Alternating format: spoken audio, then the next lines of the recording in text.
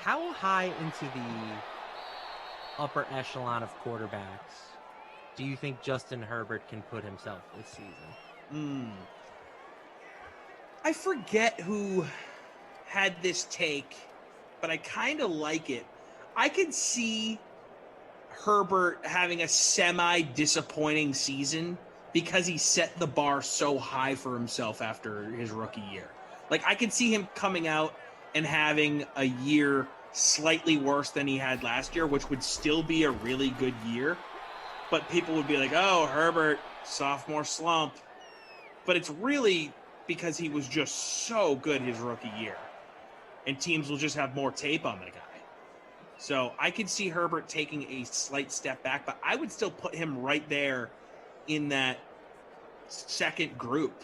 I mean, if you're talking tier one, you're talking Mahomes, Rodgers, and Josh Allen. Maybe I'm blanking on some others here. Russell Wilson. But I'd put Herbert right there. Would you rather, if you were running an NFL team, would you rather have Justin Herbert or Kyler Murray to start your franchise around? I have the option of Herbert and Kyler, you said? Yes. Herbert. I think I might go that way myself. Kyler scares me because he's small, and I know the whole argument of, oh, well, the height thing doesn't matter. I'm more worried about him being like a slight dude that runs the ball. And it just that frightens me if I have an option of who I'm going to start a franchise with. So I'm going to go Herbert. But Kyler's great, man. Like, I enjoy watching the dude play. I just don't know long term if he's going to be able to hold up. He's got a big head. Like, his helmet looks huge on his body. You ever notice that? Kyler Murray, massive dome.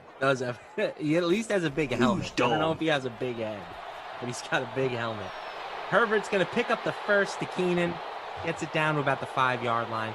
So I did find an article here by USA Today after the 21 NFL draft ranking all 32 starting quarterbacks. So tell me what you think of this list. 1, pretty obvious, Patrick Mahomes. I disagree. No, of course. 2, Aaron. Yeah, that's a definite for me as well. 3, Russell Wilson. Do we have a slight vulture here? I don't even know if it's slight. Virgil with the rushing touchdown? That's that lining unique, up in your fullback that stop. Unique tight end fullback dive. Wow. Okay, Virgil with the first touchdown of the game. Sure. Definitely a vulture, but he was owned 2.5% in the free showdown. Wow. Virgil Green. Nobody has him as a captain. That's for sure. All right, so Russell 3, Josh Allen 4. I think that top 4 that feels right. I mean, again, you can put Brady in there potentially. Oh, I didn't say Brady before. I am sorry, Father, for I have sinned. I don't know if this is like just winning one game now or building a team around, but I think that list is pretty good with the top 4. Sure. Number 5 is where things get wonky. Brady should be 5, but let's hear it. Ryan Tannehill. Okay, that's insanity. What did they give, like a short blurb as to why they went that route? They did give a little blurb. Okay, let's hear the blurb. Ryan Tannehill isn't the definition of a quarterback. Sorry, let me start that again, because it's a weird, like, triple negative in this sentence. Okay. Ryan Tannehill isn't the definition of a quarterback that will not lose the game for you. He's better than that. Okay. Now, you needed that second qualifier, like, sentence to make that first sentence make sense. That sentence makes whoever was editing this probably had to read that sentence 17 times. Given the depth of talent for Tennessee on offense, Tannehill has been playing, dare I say, elite. It took until Week 7 for Tennessee to lose a game, and that's largely thanks to Tannehill's stellar play for most of the season. The Titans will go as far as Tannehill will take them, which can be a first-round exit or a Super Bowl win. So you're putting What him happens fifth? when you escape being coached by Adam Gase? Okay, a lot to unpack there. A lot of it.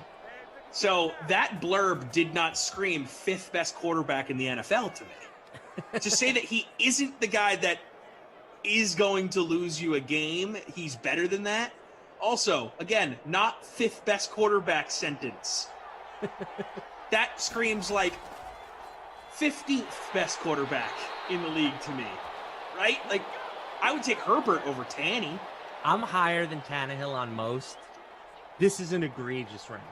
Yeah, that's Egregious. insane. By the way, my mom chiming in under my dad's username saying Brady sucks, in parentheses, this is mom. She hates Tom Brady for leaving the Patriots. He's dead to me. All right, number 6. Polarizing player. Lamar Jackson. I mean, at least you can make that argument, right? Because the guy's an incredible athlete. We've seen him be unstoppable at times. Still, I'm not for this year at 6. I'm not angry with him at 6. If this is just for this year, I cannot take him over Tom Brady. Yeah, I'm still putting Brady 5th. Where is Brady? Is he 7th? He's 7. Okay. All right, 8 is Deshaun. We won't dive into that. If he plays, he probably deserves to be a smidge higher. If he plays, he should be probably 5th. Who knows what's going to happen with that situation? Yeah, he was very good last year on a bad team. 9 is Dak. I was going to say, where's Dak? Okay. 10 There. is Kyler. Okay. I'll be curious to see where these other guys are to see if that Kyler ranking makes sense. Here's another one that I think is pretty wrong. Matt Ryan. I was going to say, is it Matt Ryan or Matt Stafford? I would put Stafford above Ryan. Ryan? I just feel like whoever wrote this hasn't watched football in I mean, they had to have watched football, I guess, to rank some of the younger quarterbacks, but he hasn't been that good the last 2 years. Yeah, he's been stale to me. I don't see Matt Ryan being a guy that's going to go out there and, like, steal you some games. And I feel like if you're putting together a top 10 quarterbacks list, that needs to be the standard as you're going towards the top of the list. I love Matt Ryan as a BC fan, and I think he does have football left in the tank, but not a ton and not 11th in the league worth. Stafford's better than Matt Ryan. So is Herbert. Matt Stafford is 12. Yep. Justin Herbert is 13. Both those guys are better than Matt Ryan and Ryan Tannehill. And it feels like that's where, like, now there's another big drop off to the next guy. Where'd they have Burrow? They have Cousins 14, Burrow 15, Goff 16. I flip-flop those. Baker is 17. I think Baker is getting a little disrespected by this thing. Baker is better than Goff, definitely. Carr 18. I think Baker's better than Kirk Cousins too. I would have Baker above Goff, Burrow, Cousins, and probably Matt Ryan, to be honest. Yeah. Matt Ryan, again, love the guy, but way too high. Derek Carr is probably right where he should be. Yeah, that seems right for him. Trevor Lawrence, 19. High, obvious. I mean, but what are you going to do? Yeah, There's a lot of bad quarterbacks right now. Carson Wentz is 20. Yeah, you love that. You probably want him lower. I do want him lower. Big Ben, 21. Where's Daniel Jones? Oh, we're getting there. Big Ben, 21. Wow. Honestly, I get it. He looked awful at the end of the year, but just weird to see his name there. The funny thing is that he was like a top 3 MVP candidate through the first 11 weeks. And then now he's the 21st best quarterback in the league. Yikes. Fitzpatrick is 22. Here's an aggressive one. Zach Wilson, 23. Yeah. I mean, Justin there's Fields, only 32. Justin Fields, 24. Okay. Trey Lance, 25. Tua, 26. Mac Jones, 27. Darnold, 28. Hurts, 29. Saints duo, 30. Drew Lock, 31. Danny Dimes, dead last. Wow. Okay. So let's run through the I stats disagree real quick, a lot. And then I'll let with you that. unpack your thoughts on the end of Yeah. the Herbert had a decent half. 121 yards. Unfortunately, no scores. Cam Newton, very minimal production through the air. 88 passing yards. Again, almost no rushing production on the ground. Eckler has 12 yards. 12. Nice. Mike Williams has been the yardage monster in this game. He's got 58 receiving yards. He is the closest player to the B word. Nobody else more than 37. Asiasi's got 37. Joe Reed's got 35. The defense has ruled the show here, Tom. And, of course, we had Uncle Virgil Green, plunging one into the end zone for the only score. 7-0. What an abysmal half of football. But let's talk about this abysmal list real quick. Maybe I'm showing a little Patriots bias here, but Jimmy Garoppolo just not on this list? They only ranked the starters, and they had Trey Lance as the starter for San Francisco for some reason. Yeah, like, I think Jimmy G to be below Daniel Jones and Zach Wilson and Mac Jones is egregious. Justin Fields even. I mean, these guys haven't played a snap of football in the NFL. I just think it's crazy to not have Jimmy G on this list. And where was Darnold? Darnold was, hey, Darnold. It was 28. Okay, that feels right to me. I just, for a second, I didn't remember you saying his name. I'm just surprised Jimmy G isn't on this list. All right, so they had Trey Lance 25th. Would you have Jimmy G higher or lower than that? Or about the same? I'd have him about the same, maybe slightly higher than that, right? Because I'd have Jimmy G above all of the rookies other than Trevor Lawrence. Okay, that makes sense to me. I think you can put him over Ryan Fitzpatrick as well. Agreed. So where, 20th, 21st, like that range? I think Jimmy G's better than Ben Roethlisberger at this point. 22-ish range, that would be. I mean, the dude was in the Super Bowl 2 years ago. And I know that the strength of that team was defense and running the ball, but Jimmy G wasn't a bad quarterback. He just can't stay healthy. So Nurse Petty says, I can't remember Stafford or anyone else you're saying is better than Ryan, winning an MVP and having this type of stats it takes to be considered for the Hall of Fame. I'm not throwing shade on Matt Ryan's career. That was 2016. Guy's had a great career, and he probably will be a Hall of Famer. But right now, he's lost some steam on that fastball. Yeah. Yeah, exactly. It's like, we all love, Ben Roethlisberger is another example, right? Like, we know Ben Roethlisberger's going to the Hall of Fame, was awesome in his prime. But he's not that dude anymore. 11th. Okay. Matt Ryan. Have a day. Ryan Tannehill. 5th best quarterback in the NFL.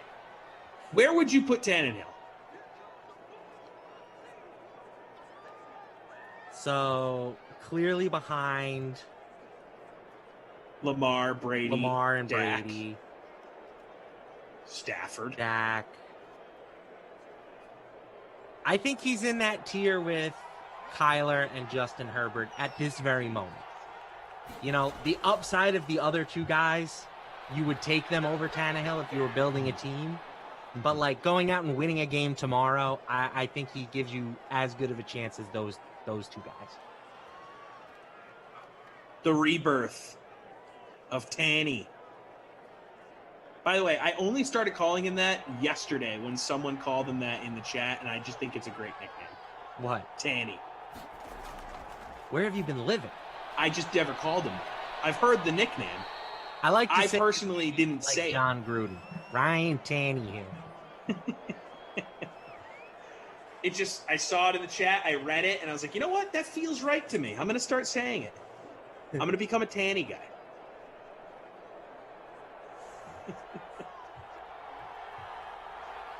Cam, on the other hand, not in the top 32. I'm okay with that. He was awful last year. Fumble. Who's going to get it? Yeah, get on it, big man. Get up. Oh. He touched him. He was down. The Patriots quarterback situation is just, it gives me heartburn to think about because. Welcome to being a real NFL fan. Yeah, it's awful. Where you don't just have the greatest quarterback of all time playing for your team. I don't like this feeling because Cam Newton stunk last year, and we got Mac Jones waiting in the wings. It's like, how many games are we going to wait until Mac Jones is the starter? Is he going to start out as the starter week 1? Probably not. Bill Belichick doesn't feel like the guy that's going to start a rookie week 1. Well, I mean, look, I know he doesn't care what anyone thinks, and he'll do whatever he wants. So if he thinks he's the guy, he'll do it. With that said, it just still doesn't feel right to me. I think he clearly likes Cam Newton, you know? They re-signed him for a reason. He was cheap, and apparently he worked hard. Like, he works hard behind the scenes. He sets the right example in the building. All the Pats writers always speak glowingly about him. Like, does that go a long way for Bill? I guess. Enough to make him your starter week 1? Sure. I go ahead. I don't know. I don't feel good about it, LaMarca. I was not a Mac Jones guy. I think we did the broadcast the night of the draft too. I'm still just as bummed that night as I was that day. So here's my question for you, Tom. Sure. We've got a lot of dissension on Prescott in the chat right now. Ooh, some people like him. Dak. Some people hate him. What does he have to do to solidify himself as a top quarterback in everyone's mind? Or is it just not possible? Win in the playoffs. Does he play with so much talent that what he does on the field is always going to be taken with a grain of salt? I think that if they make a playoff run where they're like playing in the NFC Championship game or just short of it, people will give Dak respect. That's the Cowboys' issue overall, right? They get all this hype, they get all this love nationally, coverage, Cowboys in your face all the time, but they never win anything. They haven't won anything since Aikman. It's just a whole lot of mediocrity. I think Jason Garrett was there almost 10 years. He only had like 3 playoff appearances. And it's just been a whole lot of nothing in the postseason W column for the Cowboys. So I think if Dak has a run, that's where people will start to put some respect on his name across the board. All right. I hope it happens. I like Dak, man. You know, he obviously small sample size last year, but he averaged 371 passing yards per game. Stupid. Insane. And he was over 300 in a full 16-game season the year prior. So I think he's good, clearly. Does he have a lot of talent to work with? Of course. Sure. But you're right. He probably needs to make the jump in the playoffs. Yep.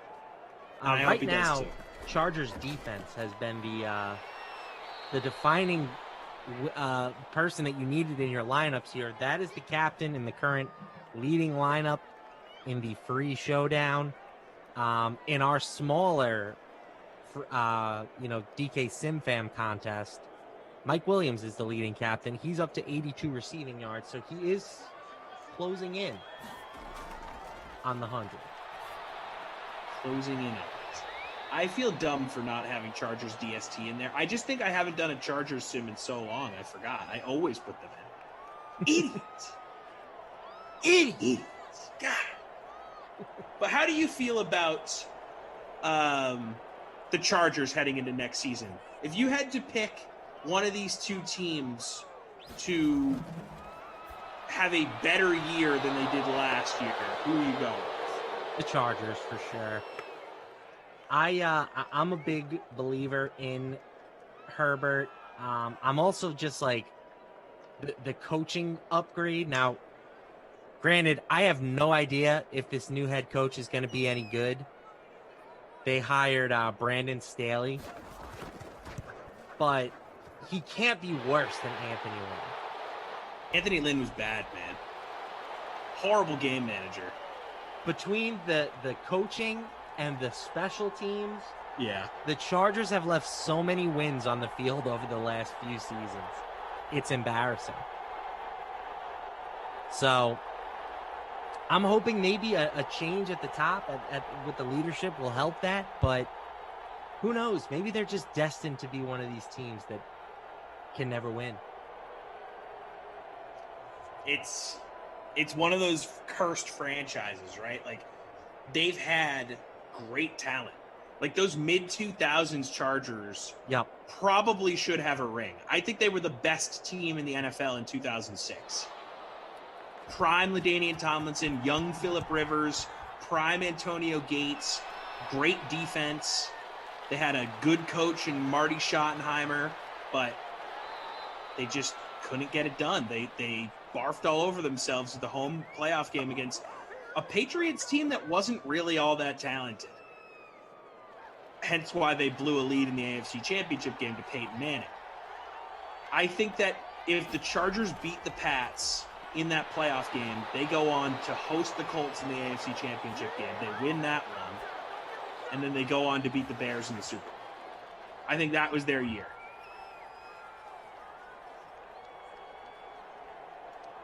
You're right. That was their year. That was their best chance. And I know they made the AFC Championship the following year, but they ran up against the undefeated Patriots who, you know, if you play that season 9 times out of 10, they win the Super Bowl. Do they go undefeated in all of those? Probably not, but 9 times out of 10, that team's winning the Super Bowl. But they ran into Eli Manning. Ugh. No, that D-line was incredible in New York. Awesome front seven. Must be says, can the Chargers D stay healthy? That's the big question. He also then pushes back at me for blaming the head coach a little bit, saying that they had no off-season work and that their team doctor almost killed their starting quarterback. Yeah, and also, like, if you watched the Chargers play last year, there was some late-game things where it's like, Anthony, why aren't you calling a timeout here? Like, do you remember that crazy throw at the end of a game? It brought them within, like, the 1 or 2 yard line. They were right in, and then they just... I'm forgetting the sequence, but there's, it's like, not just multiple 1 year games. with Lynn either. It was bad. They were 5-11 the year prior, and the no off season thing. It's hard to make that case when it's not like every other team had an off season. No one had an off season. Right.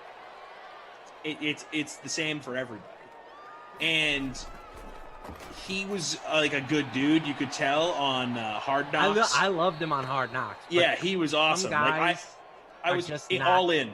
They're just not meant to be NFL head coaches. Right. Maybe he's good to have on the staff.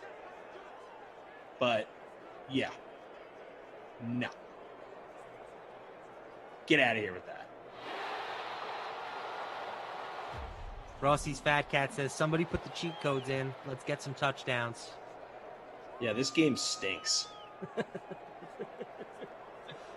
We got a barn burner, folks. 10-3. This is going to be a real life game. Goals and a Virgil Green touchdown. It's awful. Justin Herbert, 157 yards. Cam is at 112. On the rushing side, I don't think we've had any production. Eckler had like one nice carry in that quarter. That brings him up to 22 yards on the game. Sony Michel, leading rusher with 35. Mike Williams, we mentioned earlier, 4 catches for 82 yards now. Devin Asiasi with 3 for 47. Joe Reed, 3 for 35. But again, the story of this game has been defense, 2 field goals, and a Virgil Green touchdown, plunge, fullback dive. Craziness. You never see that, guys.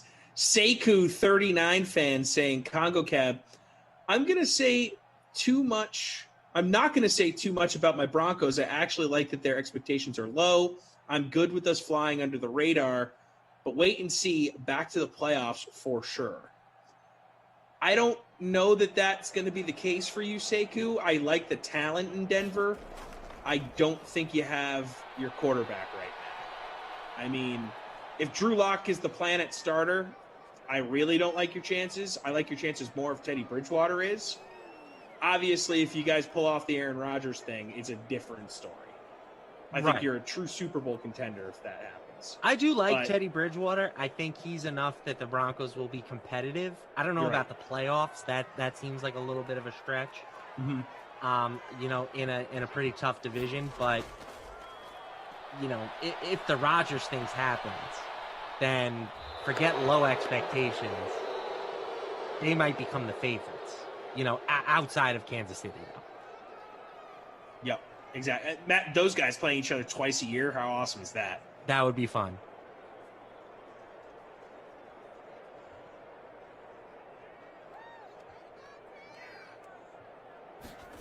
A punt here, 4th and 22.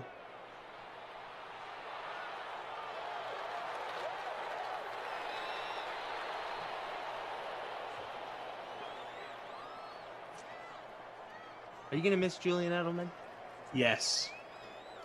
100%. I feel like love he's Edelman. the type of guy that fan bases would appreciate.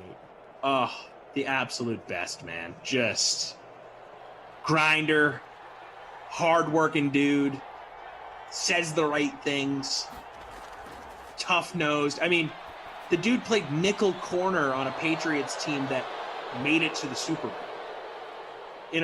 in an attempt to stay on the roster early in his career.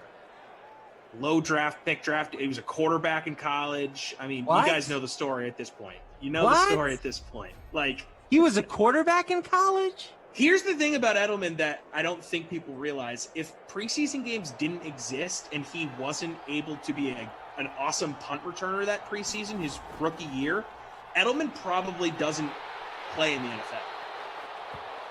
Like, that's one of the reasons why I think they shouldn't get rid of preseason games altogether. It's going to be a lot harder to have stories like that happen. They're already rare.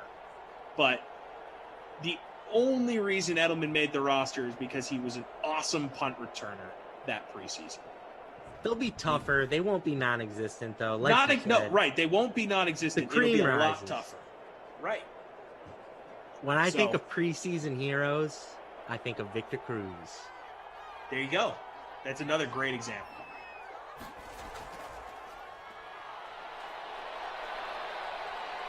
Second and 17, Cam's just going to have to throw that one into the turf. He got buried by Joey Bosa on the previous play. Bosa was coming again. I think Bosa might have his X factor lit up at this point, so good luck keeping him out of the backfield. God, he's good. So good at football. I will say this, though, He's I would probably like not to be even on as the good record. as his brother, though. and Nick is really, they're just two awesome football players. I will say this. I just want to be on the record again. I do not believe Julian Edelman is a Hall of Famer. I'm sure you agree with me, LaMarca. Our friend Adam Kaufman is in the extreme minority on that. My take is that I don't care. If I was in charge of the Hall of Fame, it would be much tougher to get in, and then I think it would matter to me. But the way things are set up now, like, let's just let everybody in. Why not? Who cares? Open the floodgates. So you think too many people are getting in the Pro Football Hall of Fame? I think too many people are getting into every Hall of Fame. What would be your Except baseball, obviously who won't let the steroid guys in, which is another joke. Yeah, right. So what would be your way to fix Hall of Fames? Like, if you were the czar of sports, and I know you just said let everyone in, but let's say that you wanted to make it right in your eyes, how would you select who gets in the Hall of Fame year by year in each league? And I'm sure it would be uniform across the board. So like Hall of Fames in general, how do you fix it? Clearly no voting, because everybody gets it wrong. That might be a pass interference. That's like the biggest play we've had all game. And it is pass interference. I think it should be limited to like guys who were MVPs or consistently among the top 3-5 best guys in a given season. You can potentially open it up to, players with incredible postseasons. But I think it should really be the intention is to make it a shrine to the best players who ever played the game.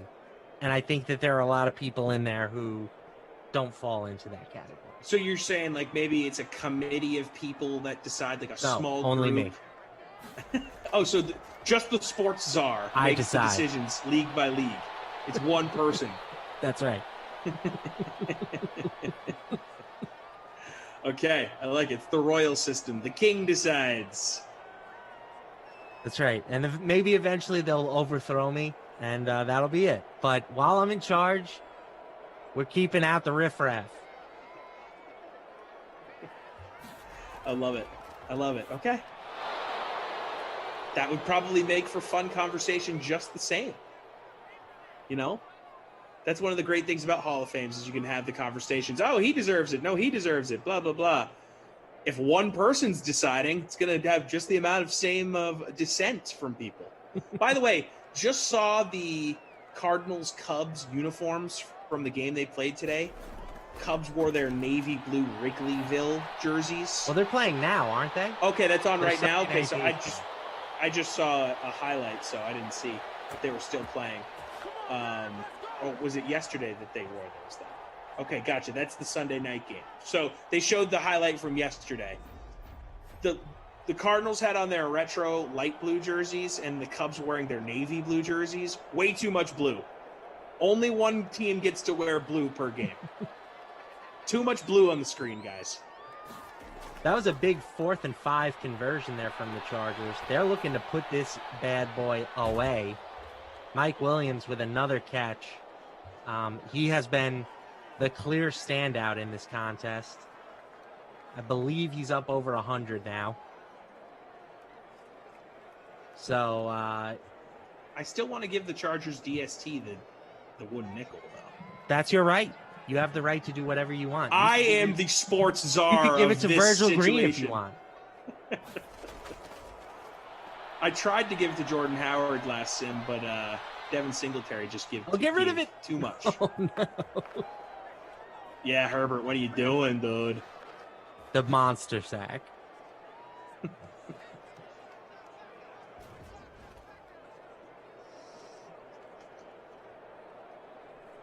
That's going to bring up a 3rd and 20. But honestly, all the Chargers need to do is stay in field goal range, and this puppy's over. This would be a decently hard field goal from this distance, though. I guess they're inside, but it's just under 50. They're going to go to Mike Williams. Oh, what a catch! And we have an a interception. Pick. Stephon Gilmore says, "Here's your game right here." He's good for like a pick a game, man. He really is. God, he's good in Madden and in real life when healthy. Look at this Chargers D, though. They've got the dual X factors lit up. You've got Joey Bosa coming off the edge, hits the quarterback, already impacting plays. And you've got Derwin James X-factored up in the secondary. It is going to be tough for the Patriots to move the ball on this unit right now. A lot of defensive studs in this game. Let's see if Bosa can get there again. I feel like Collinsworth. I'm not even watching the ball right now. I'm just watching Joey Bosa. I miss Chris Collinsworth. I miss football. I can't wait to hear him and Al together again. We'll be back in your life soon enough, Tom. One of my favorite booths. Oh, just strap on the football feed bag, baby. That takes us to the 2-minute warning. It's a 7-point game. Pat's coming up with a 3rd and 4. trying to maybe send it to overtime. We haven't seen a lot of offense in this game. Certainly not a lot of yardage. I forget if I've asked you this before, LaMarcus, so forgive me if I have, but do you have a college team that you root for, or do you pay attention to college football? I don't think you have asked me. And the answer is no and no. Oh, okay. There's just too much. You can't take in all sports. Right. And college football, it's just, maybe it's the part of the country that I live in. Like, we just don't have a big team to get excited about. Right. Other than Rutgers, of course. Rutgers. There's going to be a first down.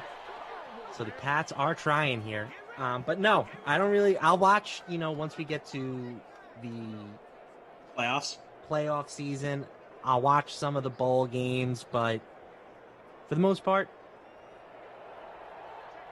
not for me. I get it, because it's a little disjointed. Like, they never really figured out how to make it a true we got a scene here. Is this a tud? Wow. That is a touchdown. Wow. Did not see that coming. The bird is the word. The bird is the word. I mean, we were just talking about how there was 2 X-Factor light-ups on that defense. And now here we are with the big bird touchdown flying his way into the end zone. The bird is the word. 31.5% owned in the free showdown.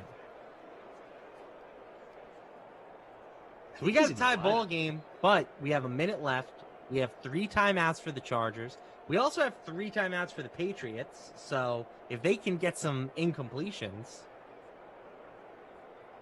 perhaps they might be able to get a regulation field goal. I'm in 69th. Nice. I have plummeted Where you sitting? down the standings. I was top 10 after the first quarter. Now I'm in 96th. I was in first for a time earlier today, and I ended in like the 40s or 50s. Really scarring. It seems like this was a stack them defenses game. Producer Jordan throwing out there that the Pats DST with 5 sacks. Wow.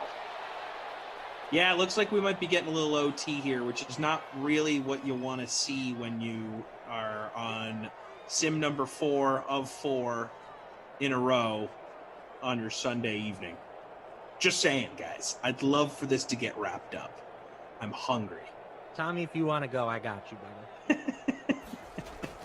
I will go down with the ship, LaMarca, but just know I won't be happy about it. We are here to finish the job. 3rd and 1 coming up here. Chargers, not the greatest start to this drive, but they don't need a ton of yardage. Roughly 30 yards or so will get them into field goal range. Let's do it. Let's get a field goal, huh? Brees Hobbs essentially praying for it. Come on, Herbert. There you go. There you go. He heard me. Oh, I love Justin Herbert. And he gets out of bounds. In the NFL. Best quarterback in the league. Put him right up. Better than Mahomes. Saves himself a timeout. Oh, they're now at the 38. So this would be a 55-yard field goal. 55-yard field goal if they don't pick up any yardage here. So I would assume they would like to get a wee bit closer. I mean, look, that just made me so happy. We can all tell. Oh, that was great. Thank you, Justin. Congo Cav says, I'm in 5th place in your contest there, Tommy. Thanks, Congo Cab, for joining, and congrats, dude. That's a good lineup. Anytime you can finish top 20 in these free rolls, I think that's a win for the day.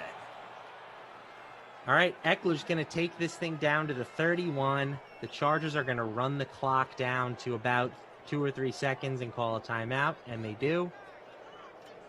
All right, here we go. That's up a 48-yarder. We'll probably get a freeze attempt from the Patriots, I would imagine. I'm Lamarca, I feel as though I've jinxed myself, and he's going to miss this field goal.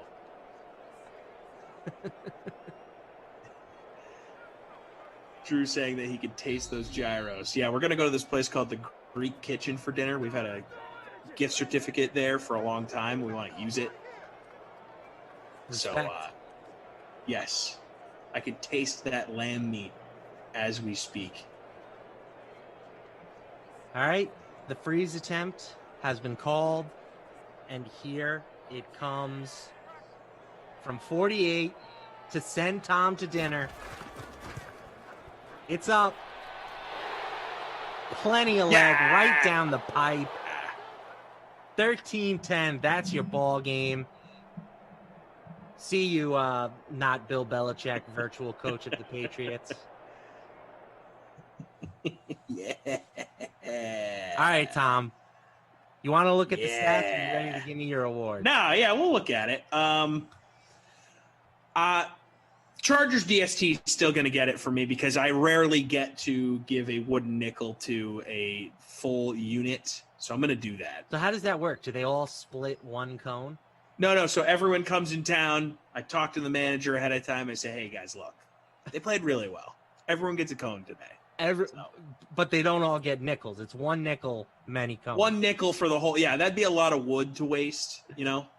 Honorable mention, Mike Williams, 7 catches for 112. Damiere Byrd also had 82 and a touchdown. So pretty good sim. Considering how things started, those two guys ended up finishing up okay. Who do you have for our babysitter Billy? Keenan Allen. Yeah. 2 grabs, 18 yards. What are you doing, bro? That was your captain, I believe. It was my captain. Yikes. Did Austin not work Eckler also didn't have a great game, But yeah, look at all these sacks. 2 for Bosa, 2 for Gilmore, and a pick for Gilmore. 1 for Ingram, 1 for Allen, 1 for McCourty. Just sacks and sacks for days. So the defenses were really the story of this one. But that's going to do it for this sim. That's going to do it for me and Freeze Pops for the day. He's going to get gyros. I'm going to maybe get a tasty, refreshing beverage.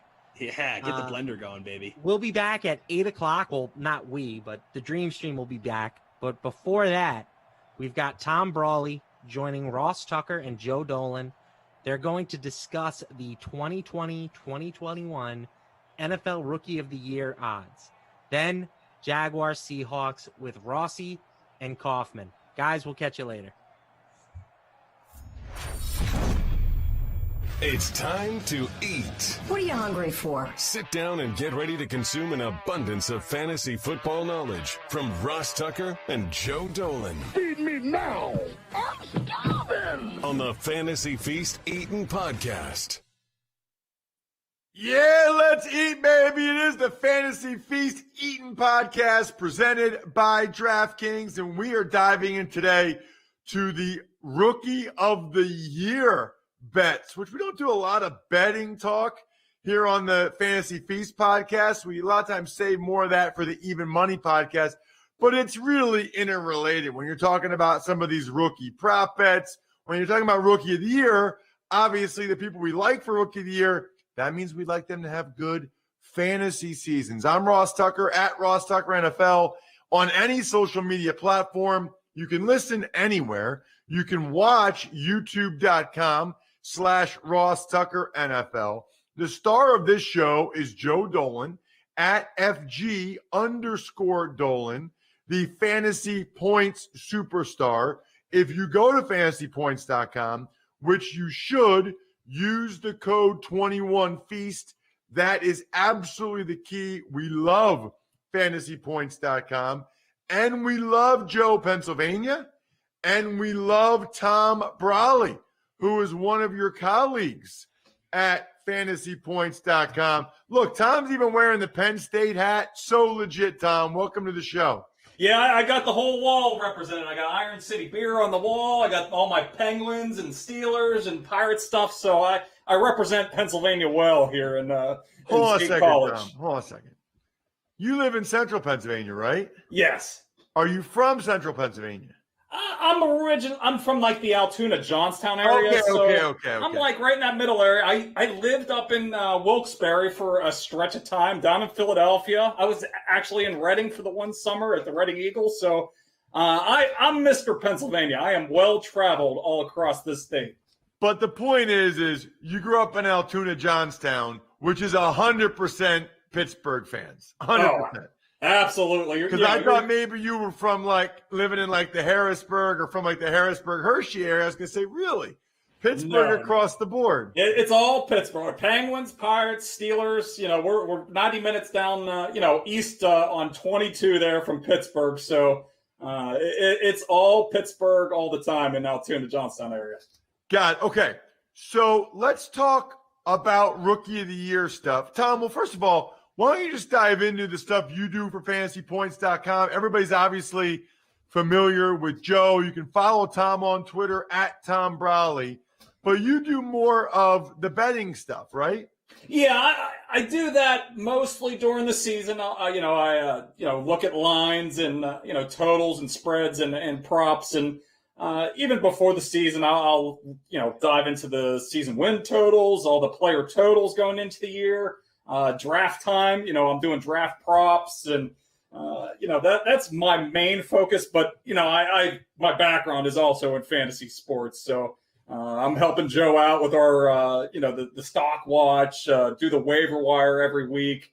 So I'm well versed, but I'm probably like 75% on the betting side and 25% on the fantasy and season long stuff. Got it. But really, Joe, as I said, like if we dive into some of these Rookie of the Year odds, they're also on some level, just the fact that the sportsbook puts these odds out, they're on some level giving you some indication of the type of season these skill guys are going to have and should be factored in some way, shape, or form to how we're ranking these guys, where we're taking them in season-long best ball and dynasty. Well, I actually think, and I think this might be more of a rookie season props kind of discussion when you bring that up, because these sports books weren't built on the books losing money. So they are pretty damn good at setting these lines. Now you have to keep in mind when you use last year's and the year before and all, dating back maybe 10 years when the NFL offense has really started to get into the modern production level, you have to keep in mind there's an extra game this year. So the books are flying blind too as to how that's going to affect things, but they're not dumb. So you look at a lot of these lines here and these props, and while we do find angles, and Tom's certainly going to bring some of those up where he looked at some of these numbers and was like, man, that number's way too high or that number's way too low. I think you can draw a picture indeed of where you should be drafting and ranking these guys because, look, they do not set stupid lines. And if they do set stupid lines, that stupid line gets pounded right away and it eventually changes. So there's a very narrow window, even if a book sets a dumb line, to hit the dumb line. And that's what Tom's doing. Tom's trying to find the dumb lines while they exist and trying to get us to profit. But the Rookie of the Year props and the Rookie of the Year futures, rather, and the rookie props, those are really interesting. It's all intertwined. It's a really interesting discussion from both a betting and a fantasy standpoint. But, Tom, isn't it hard to know if a line is wrong or not because we're talking about rookies? Yeah, I mean, to a certain extent, but we're studying these situations, where guys are going, playing opportunities right away.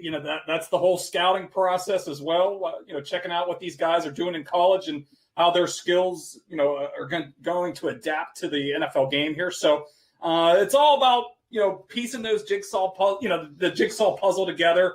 And that. Sometimes, the drafting rookies for fantasy, there's an advantage there. I know Joe, both of us have been high on Najee Harris.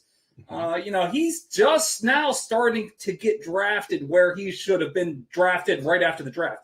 He was going in the third round still, even after the Steelers took him, even though, he's going to be playing right away. He's going to be getting, exclusive snaps in that backfield. he has the skill set, as we saw at Alabama to, finish at the goal line. He's a good receiver. And now, his offensive rookie of the year odds and, just in best ball drafts, it's just finally starting to catch up here. So, that's how you find the, where people are inaccurate right off the bat. And now it's all starting to, the market has started to catch up here.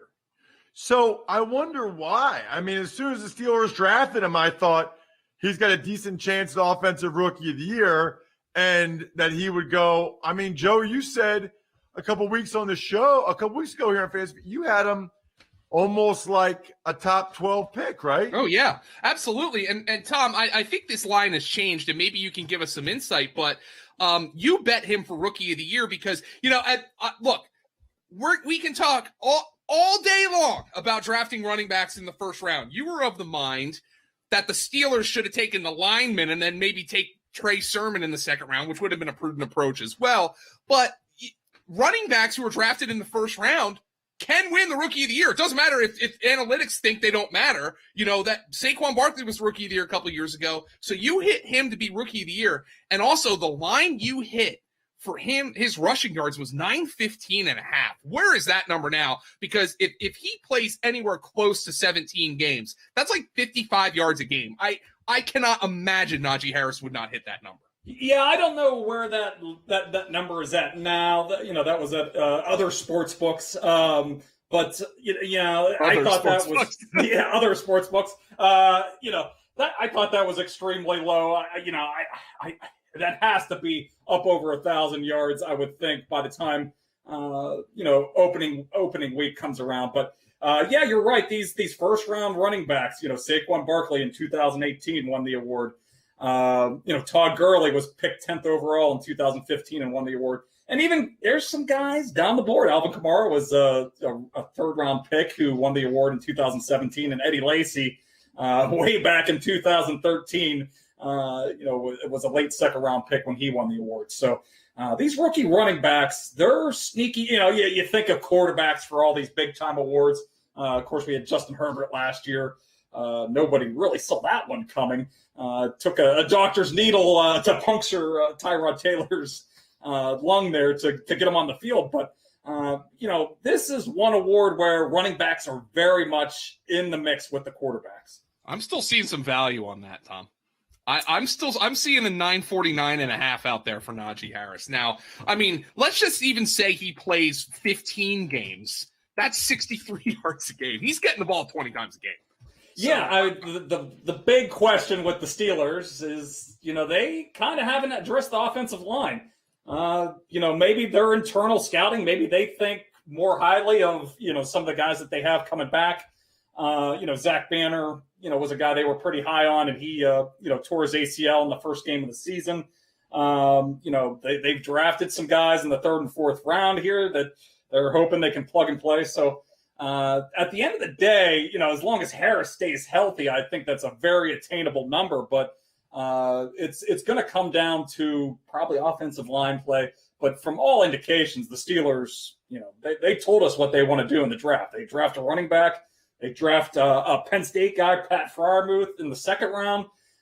They want to get back to running the ball. It was kind of embarrassing by the end of last season the way that they were running the ball. Excuse me, Tom. According to Franco Harris, it's Freiermuth. Freiermuth. You might not be aware, but it's Franco Harris evidently goes to every Penn State home game too. Like, that is unbelievable. Speaking of unbelievable, did you guys know that LinkedIn's network has 740 million professionals? That's like more than twice as many how many people there are in the United States. So what that means is if you need someone for your job, and I know a lot of people that do right now, it is hard to get quality employees. It is hard to hire right now. That's where LinkedIn Jobs comes in. LinkedIn Jobs will help you hire the right person for your role. Your first job post is free. So why not try it? Your first one's free. Literally anybody knows is on LinkedIn. So why not go there? Just visit linkedin.com/feast. Again, that's linkedin.com/feast. to post your first job for free. Terms and conditions apply. That is an absolute no-brainer. I'm sure Fantasy Points does it because they've got like 50 guys on staff, so they got to find them somewhere. LinkedIn.com/feast. All right, Tom, what about Travis Etienne? What did you find on his projections? Obviously, you like the overs for Najee Harris in terms of his prop bets. What about Etienne? Yeah, the number is a lot lower. It's 600.5, depending where you look around. I'm a little more hesitant on this number. Just there's a lot of smoke that they're going to kind of use James Robinson a lot. They went out and signed Carlos Hyde to a 2-year deal when nobody out, 31 other teams in the league weren't going to give Carlos Hyde a 2-year deal. So, he talked, Urban Meyer talked about how, they were looking at Kadarius Toney as a draft pick before the Giants took him, at 20th overall before their 25th overall pick. So it sounds like Etienne isn't necessarily locked into like, a 15 carry per game kind of role. James Robinson's still around in the mix here. So I'm a little more hesitant on this one. Maybe this is one I'll re-examine closer to the season once we get maybe a little bit more of a idea how they're going to rotate these backs in August and in the preseason. But this number, it's not daunting. It's 600 yards. It's 35 rushing yards per game. But it's something I'm probably going to stay away from because of everything that's coming out of Jacksonville's camp right now. What about? Oh, go ahead, Joe. Yeah, Tom, I wanted to ask you, maybe Ross has more on running backs, but when you were looking at the props and the Rookie of the Year odds, what did that tell you about these first-round wide receivers? Because as Ross knows, a couple weeks ago we discussed, my best ball rankings and maybe our season-long rankings of these first-round wide receivers. And when I look at it, there's really only 2 guys who have a pretty great path to instantaneous production, and that's Chase and Devontae Smith. What do the betting markets say about that as well? Yeah, I mean, Chase is kind of like the 6th or 7th favorite. Kyle Pitts has kind of moved ahead of him here recently with all the Julio talk. But his number, his receiving yards total is, pretty. The books are pretty excited about him. It's right around 1,050 yards. So, I don't know about you, Joe, but I've noticed in best ball drafts, I was routinely getting him in the middle of the 6th round, late 6th round. Now, if I start looking for him in the 6th round, he's already been taken, 5 or 6 picks before that. He's become, a middle of the 5th round. He and Smith are just going to move up throughout the summer, and I think they'll reach a peak. Tom, I wouldn't be shocked if Chase is a 4th round pick at some point. And Smith, I could see him sneaking into that 6th round range. Yeah, Smith, the buzz is a little bit slower on him, I've noticed. I'm still routinely getting him, 8th, 9th round. Every once in a while he'll sneak past 100 picks in some of the best ball drafts that I'm doing. But I could see the buzz building for him as well, especially with the Zach Ertz. That's going to start probably heating up here once August comes back around. If they don't get a deal done here, the June 1st date has come and gone. So, guys can, he's back on the market here. So he has a path to being the number 1 receiver in Philadelphia. So, I wouldn't be surprised if his number starts to crawl up here. He starts becoming like a 7th round pick or so. But, but it's tough for the Rookie of the Year stuff. These receivers, it's just Odell Beckham in the last 10 years that's won that Justin award. Jefferson didn't win it last year. I mean, exactly. Yeah. Jefferson, he sets the rookie record with 1,400 receiving yards. He didn't even really sniff the award. It was Justin Herbert putting up, rookie records as well at the quarterback position. Those guys always take, they're the trendsetters. Unfortunately for Jefferson, he puts up 1,400 yards and can't win the award. So it takes a really special season for rookie wide receivers to win the award. So it's really not a position I'm looking to bet with these Rookie of the Year awards. I'm kind of surprised. Forget the Rookie of the Year for a second, Tom. I'm kind of surprised Jalen Waddles receiving yards number is higher than Devontae Smith.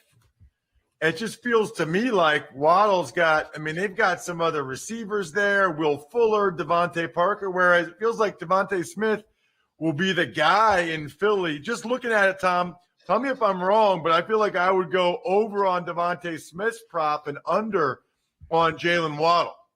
I'm right there with you. I love Devontae Smith's number. It was right at 725, 730. I think, anything up to like 800 is a pretty decent number for Devonta Smith. Waddle, yeah, I'm with you. I'm a little more skeptical there. They bring in Will Fuller this offseason. They're not replicas of each other, but they do a lot of the same things very well. They can get downfield. They can create after the catch.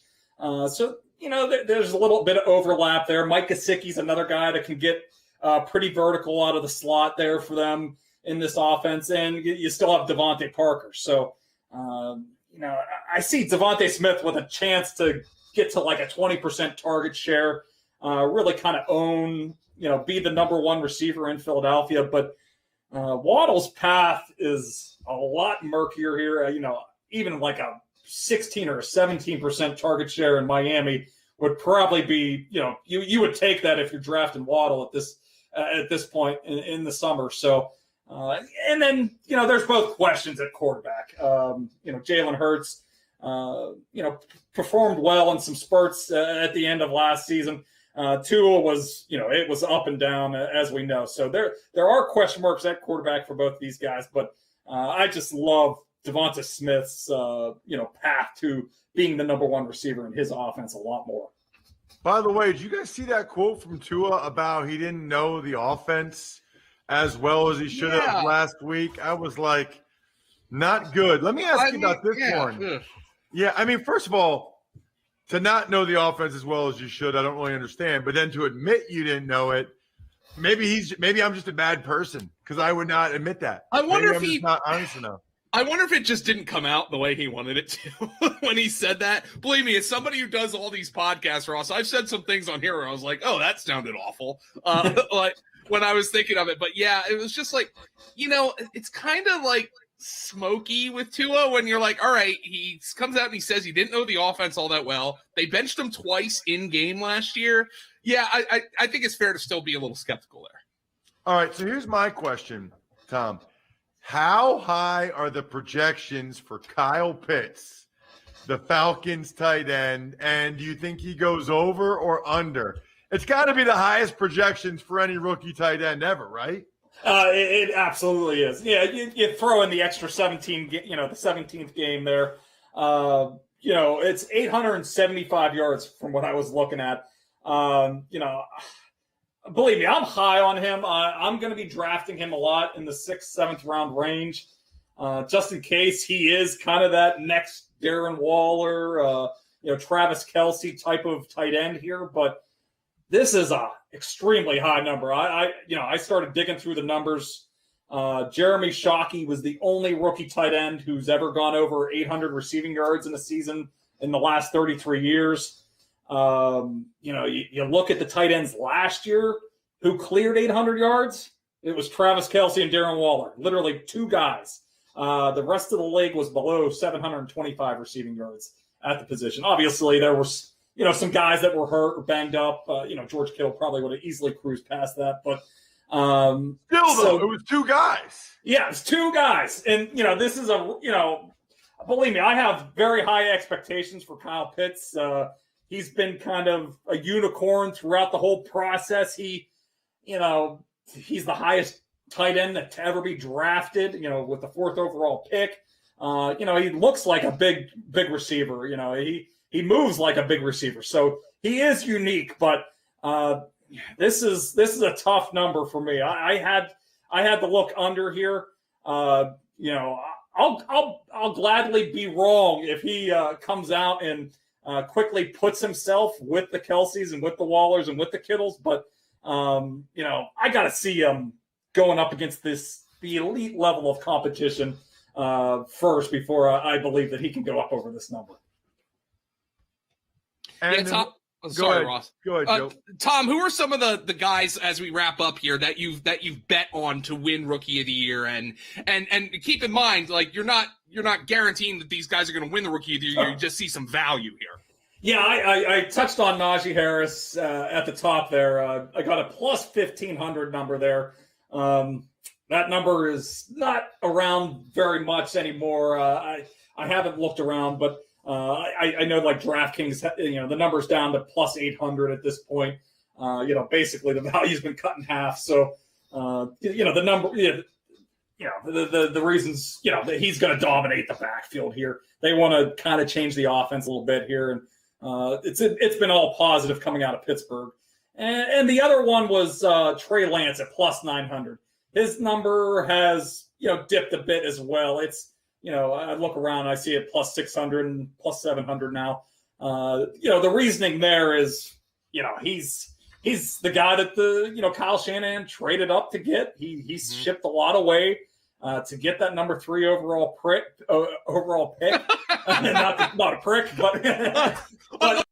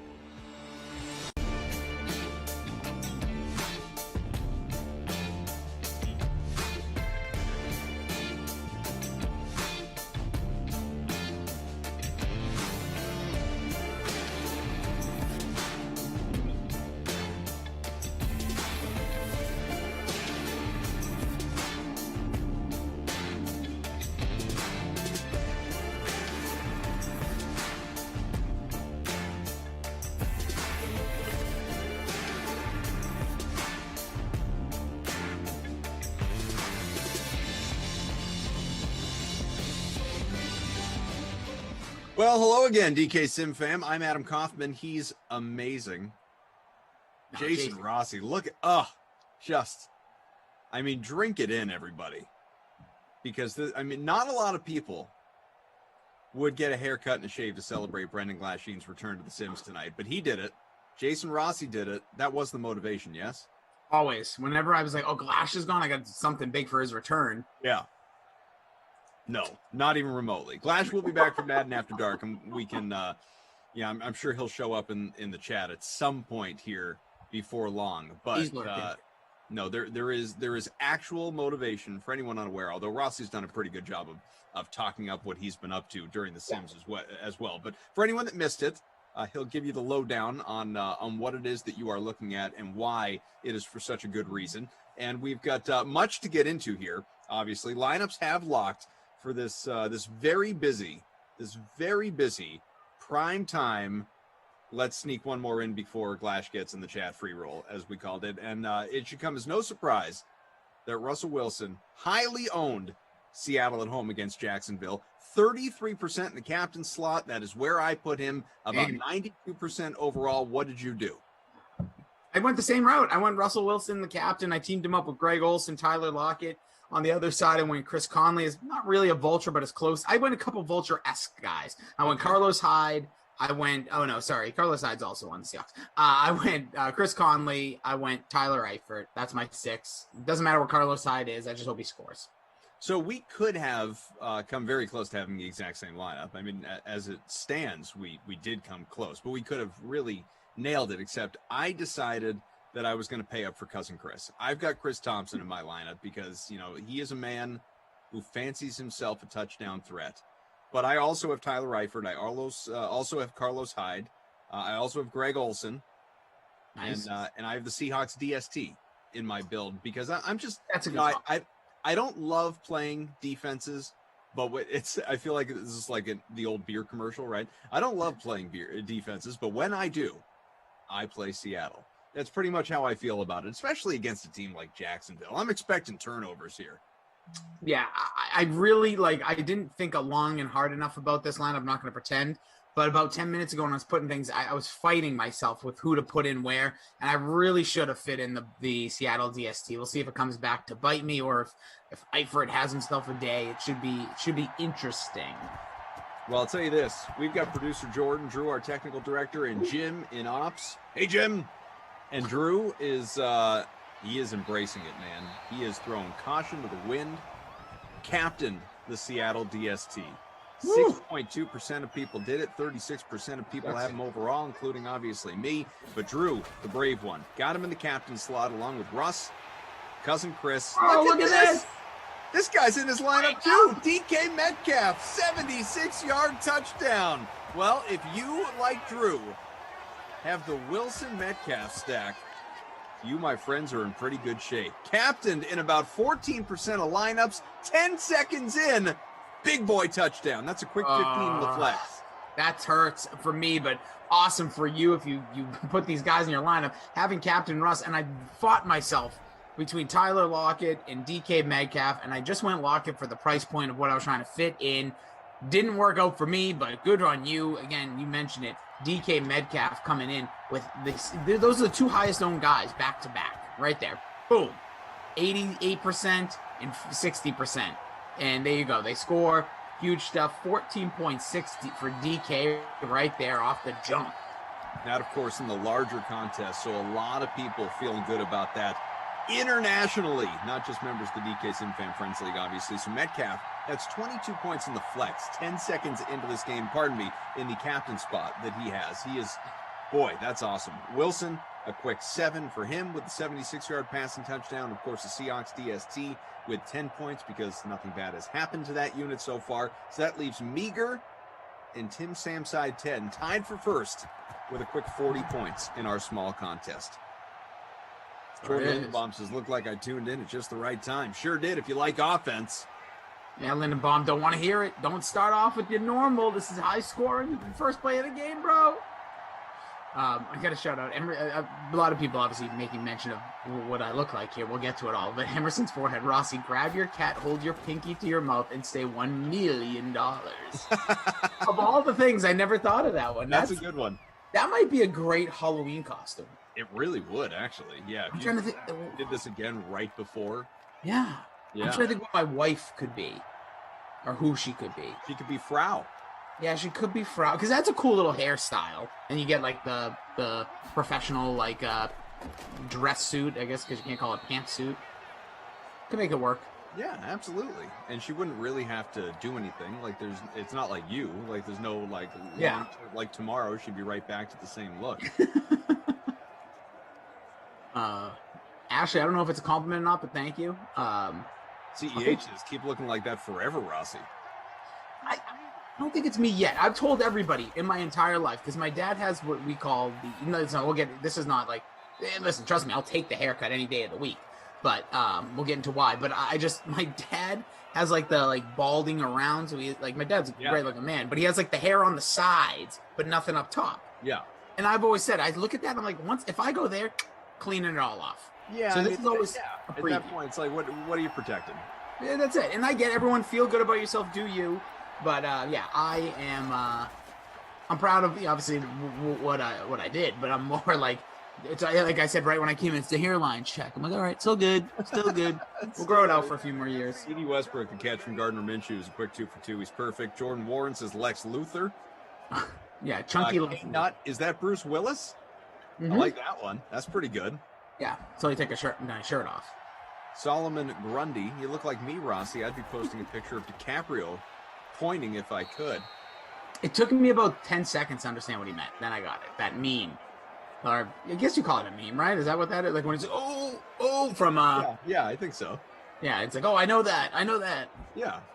And I never know how to use that. I never know how to use that meme. Yeah, no, that one works. That's Once Upon a Time in Hollywood. Yeah, that was the Tarantino movie. Yeah. Good, not great. Dog fan cough.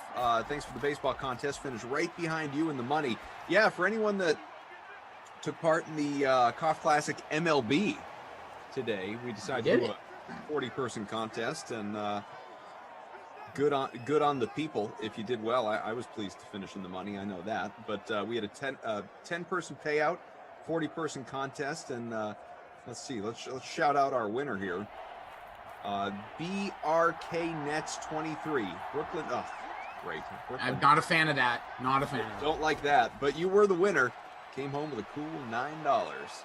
Great performance out of Rondon, about 34 points. The pitcher, 44 for Bo Bichette, who went off today against the Red Sox with 5 runs scored, 4 hits. I mean, they had 18 runs, Toronto.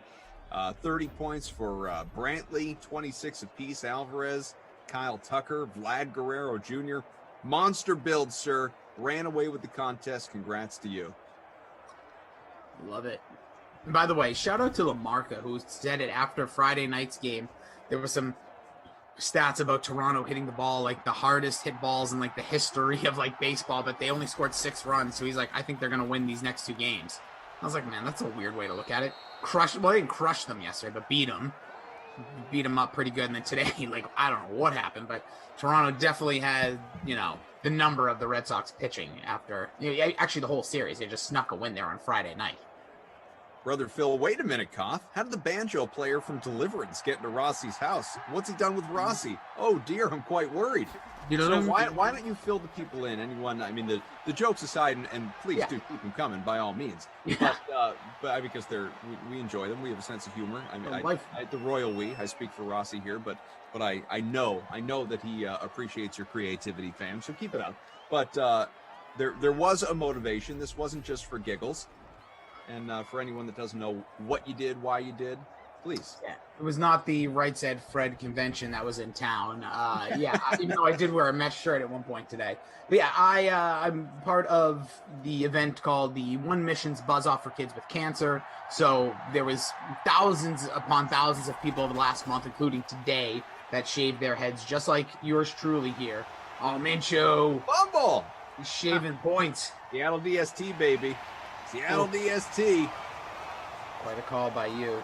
But yeah, so they did, they shaved their heads live on camera. We're talking people of all ages, women, children, men, boys, everybody, all ages, every type of person. It was such an emotional event, raising over hundreds of thousands of dollars for kids going through treatment, whether it's Boston Children's Hospital, hospitals in the area, hospitals across the United States. There was one Eagles fan I actually booed on camera. Yeah, that's right. Don't bring your fandom into my charities. But in all honesty, it was just such an emotional event watching people do it. So I like to put my money where my mouth is. So anytime I'm highly involved in anything, if it was I don't know how to explain it any better than just it's buzz off, take my hair. This is the least I could do. There are so many people making ultimate sacrifices across this world, going through so many much worse things than a couple of goofy comments about my hair. So the very, very least I could do. So awesome event today. Went off without a hitch and a ton of fun. Brother Phil says, only kidding, Rossi. You're rocking the Vin Diesel look and owning it. I mean, you're not nearly as ripped to shreds, but no. Yeah, I mean, neck up, for sure. If Vin's Diesel went on a binge of Mickey D's for breakfast, Wendy's for lunch, and Burger King for dinner, but balanced it out enough, then yes, me and him would be twins. So I know historically Rob Gronkowski's been a big part of this event. Yeah, charity. Is that still the case now that he's? So it's funny, it just circumstantially, and all jokes about this aside, the pandemic, since we're getting better, we're on the rise. Make sure you're getting vaccinated. As soon as the pandemic hit, Gronk, Brady leaves the Patriots. Gronk, then signs over. So we've only had 3 virtual events since. We haven't been back to Gillette. Next year we will be. We'll see what happens with the relationships with the Crafts, with the Gronkowski and the One Mission. I know he still posts recorded videos for them, which is cool, but we'll see. But yeah, that's where, I've actually had a pretty decent connection with Rob through that, and it was just kind of funny that I missed. You do miss that presence, but we also miss being in person with people. Although Brady never did the buzz off. No, he had, because Gronk was boys with him and Edelman, he would just have them do little videos and pretend like they were going to shave their heads. And right. It was actually, to be honest, a little awkward, but professional athletes, dude. But Brady's also, he does the best buddies thing. They're all involved with different charities. Yeah. Well, I know the Bruins historically have many of them have shaved their heads, not down to the, not bicked it like you basically did, but they've almost done just the straight buzz off, go down to a 1 or a 2, guys with long hair just doing a full shave. Some guys, they'll shave the mullet or, have some fun with it. But obviously, yeah, I mean, for a great cause and good on you, man. Not that you need praise from me or anybody else here, but good on you for doing it and just continuing to be involved and spreading the awareness. It's awesome. Oh, hell yeah. And just if anybody does want to get involved, you can either check out onemission.org or text buzz off to 44321. They're raising funds all year, and you see where your money goes.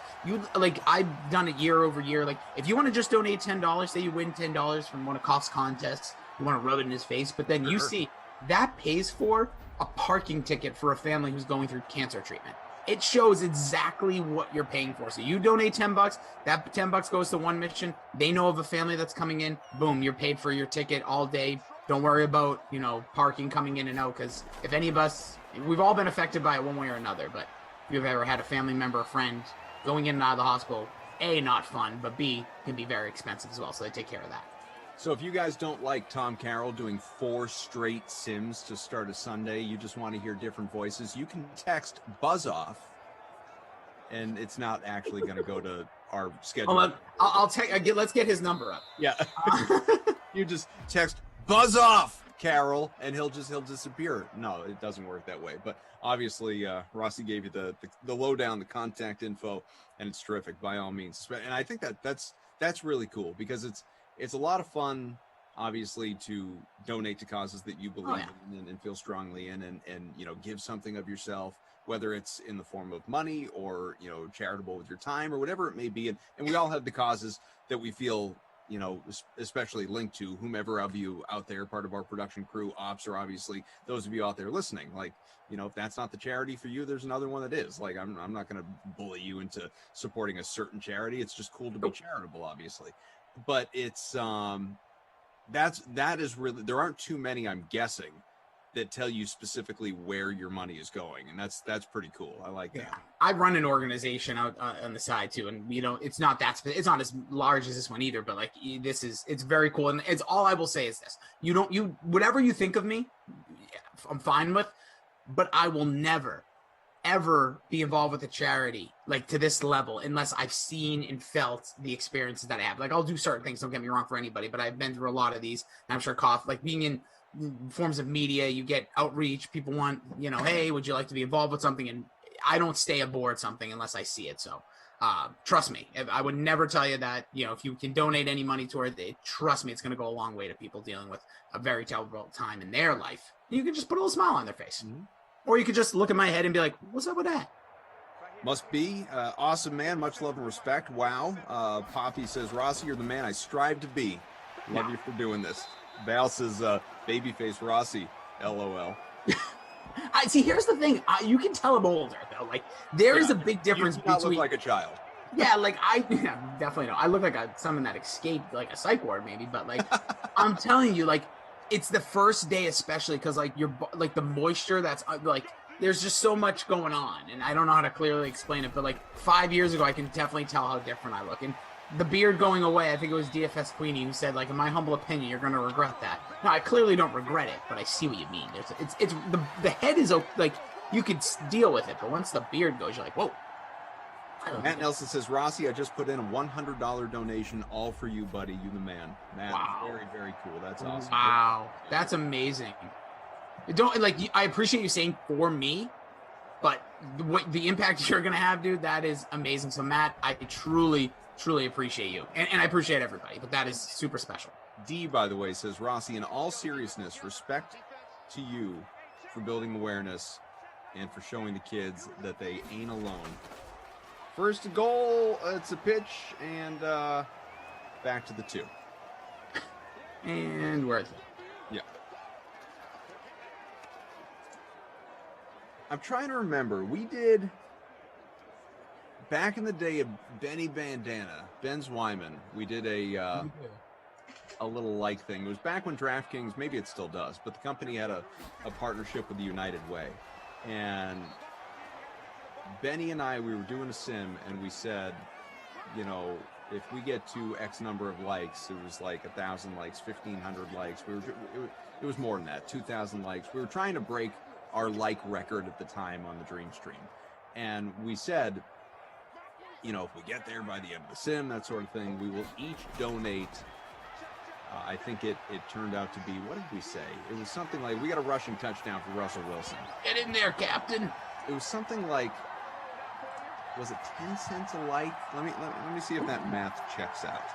Let's see. So let's say it was 1,500 likes times.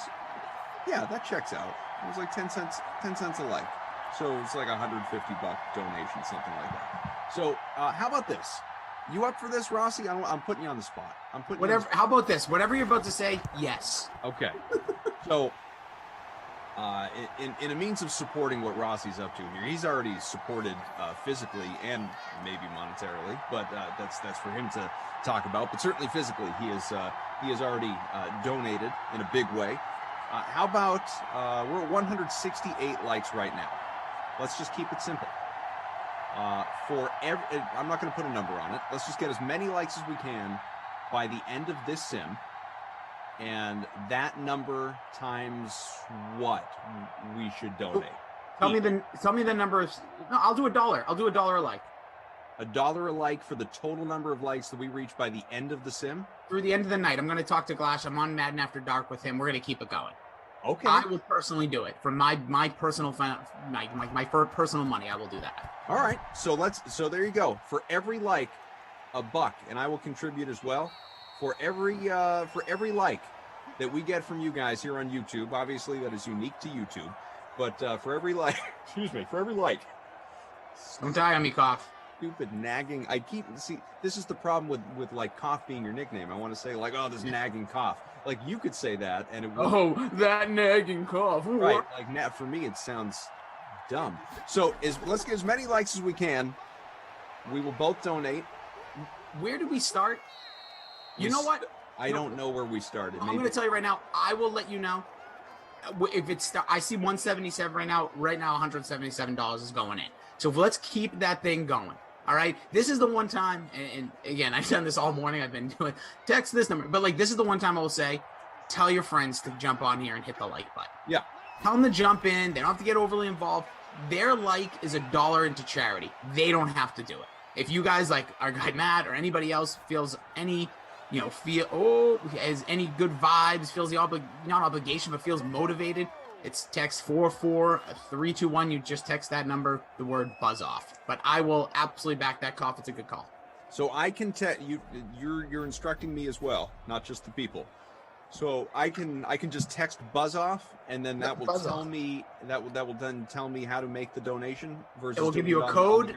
It will give you a code right to it. It asks you if you want to do like a one-time deal, if you want to do a yearly deal, and then it tells you the amounts, what the money goes towards. It's the best site I've ever seen for donations outside of like it reminds me a lot of like a Patreon, and I don't mean that in a bad way, but for those that have ever dealt with Patreons, like they tell you for $10 you get this access. Right. So wow. Oh, cousin Chris, touchdown! He juked the pants off of that defense right there. So great, Chris Thompson. Wow. So what? Give me the website one more time. It is onemission.org, or you could text buzz off to 44321. It's going to lead you there either way. And Matt Nelson said, Koff and Rossi, if we hit 300 likes, and we're only about 100 away, folks. We hit 300 likes. I will also put in another $100. He said, and I'll send you the screenshot of it happening too. Let's go. Hit that like, folks. Hit that. Let's, I did, like I said, I did this with Benny Bandana a while back. In fact, honestly, it might have been last summer. It was that long ago. And we don't do stuff like this often enough. And this is not, DraftKings as a company is incredibly charitable. I'm not talking about DraftKings. I'm talking about just like us as commentators, sort of fun stuff to up, up the ante. We are upping our personal ante and saying, you increase the number of likes. Here we are at 200. You increase the number of likes, we will invest some of our money toward obviously a great cause, a great charity. And I'm with you. It doesn't have to be by the end of the sim because you're on the next one. I'm not. You're with Glash. Let's get it to the end of the evening. However many likes we're sitting at that point in the night, then there will be a monetary donation. Like Rossi said, $1 a like. And that's from the beginning of the day. That's not from when we announced this. Yeah. Keep it going, folks. I truly believe that this is the one time we can hit some I don't want to say silly in a bad way. Like we can hit a high number. 300 should be like you guys don't have to do anything. You just tell somebody, hey man, like put this on your social media, text it to a couple buddies, like, hey dude, I'm watching this thing. Can you hit the like button on this video for $1 to charity? Like literally, that's all you have to do. And if we had 500. Put 500 in. I will take a screenshot at the end of the night, right as we hit the end of Madden After Dark, wrap up with Glash, if he returns. This is still a rumor. And then I will take that screenshot, I will donate the money, and I will take a screenshot of that, and I'll post it on my social media. Because this hair didn't come off just for fun. I love this stuff. This energy, I've been feeling this energy all day. Must Be says, I donated last week, but we got another fumble. My goodness gracious. This DST, you called it, man. Well, oh, no, sorry. This is Jacksonville. That was Jacksonville. That's funny. They kind of have similar color. Like, obviously, I know one's wearing blue.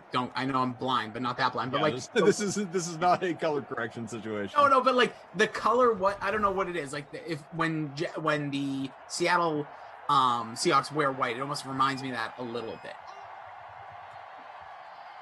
Just hit the like button. I'll stop talking. Yeah, Must Be says, I donated last week, but I'll donate my winnings from Koff's NBA tonight. There you go, Must Be. I guess I'm rooting for you to win then. Calling a shot and Must Be. Thanks for the donation. Matt says, hits home personally, and I have no problem putting everything I have towards this cause. Rossi, you've earned a whole new level with me, my man, and I love you. Love you very too, cool. Very cool. Love you guys too. And all of you. Don't change all your opinions about me just because of this, please. Yeah, you can still think. I still stink. Listen, he's still 4'6", 300 pounds. You can tell I don't have a chin right now. I barely do. Freak of nature. Rossi is the Mother Teresa of Simland. Right. Absolutely not. Yeah, absolutely not. None of us fit that bill, but you might come the closest. 6 out of 6 for 92. First and goal on the way from the 4. So like we said, smash that like. Number of likes leads to money that we will donate toward One Mission Buzz-Off. So keep it up, folks. Keep donating. We appreciate you. Donate with your likes. That's what it's about. I know. This is the one time I'm just gonna make this joke now and get out of the way. Where's Obi-Wan when I need him? All right, where's Obi-Wan? I need someone to take me down a peg or two. He probably saw that. Like, he probably heard the first 2 seconds of this sim and literally ran as far away as he could from his computer and/or phone. And I apologize. There's not a shot at my man Koff. I don't have Twitch open right now. So I don't either.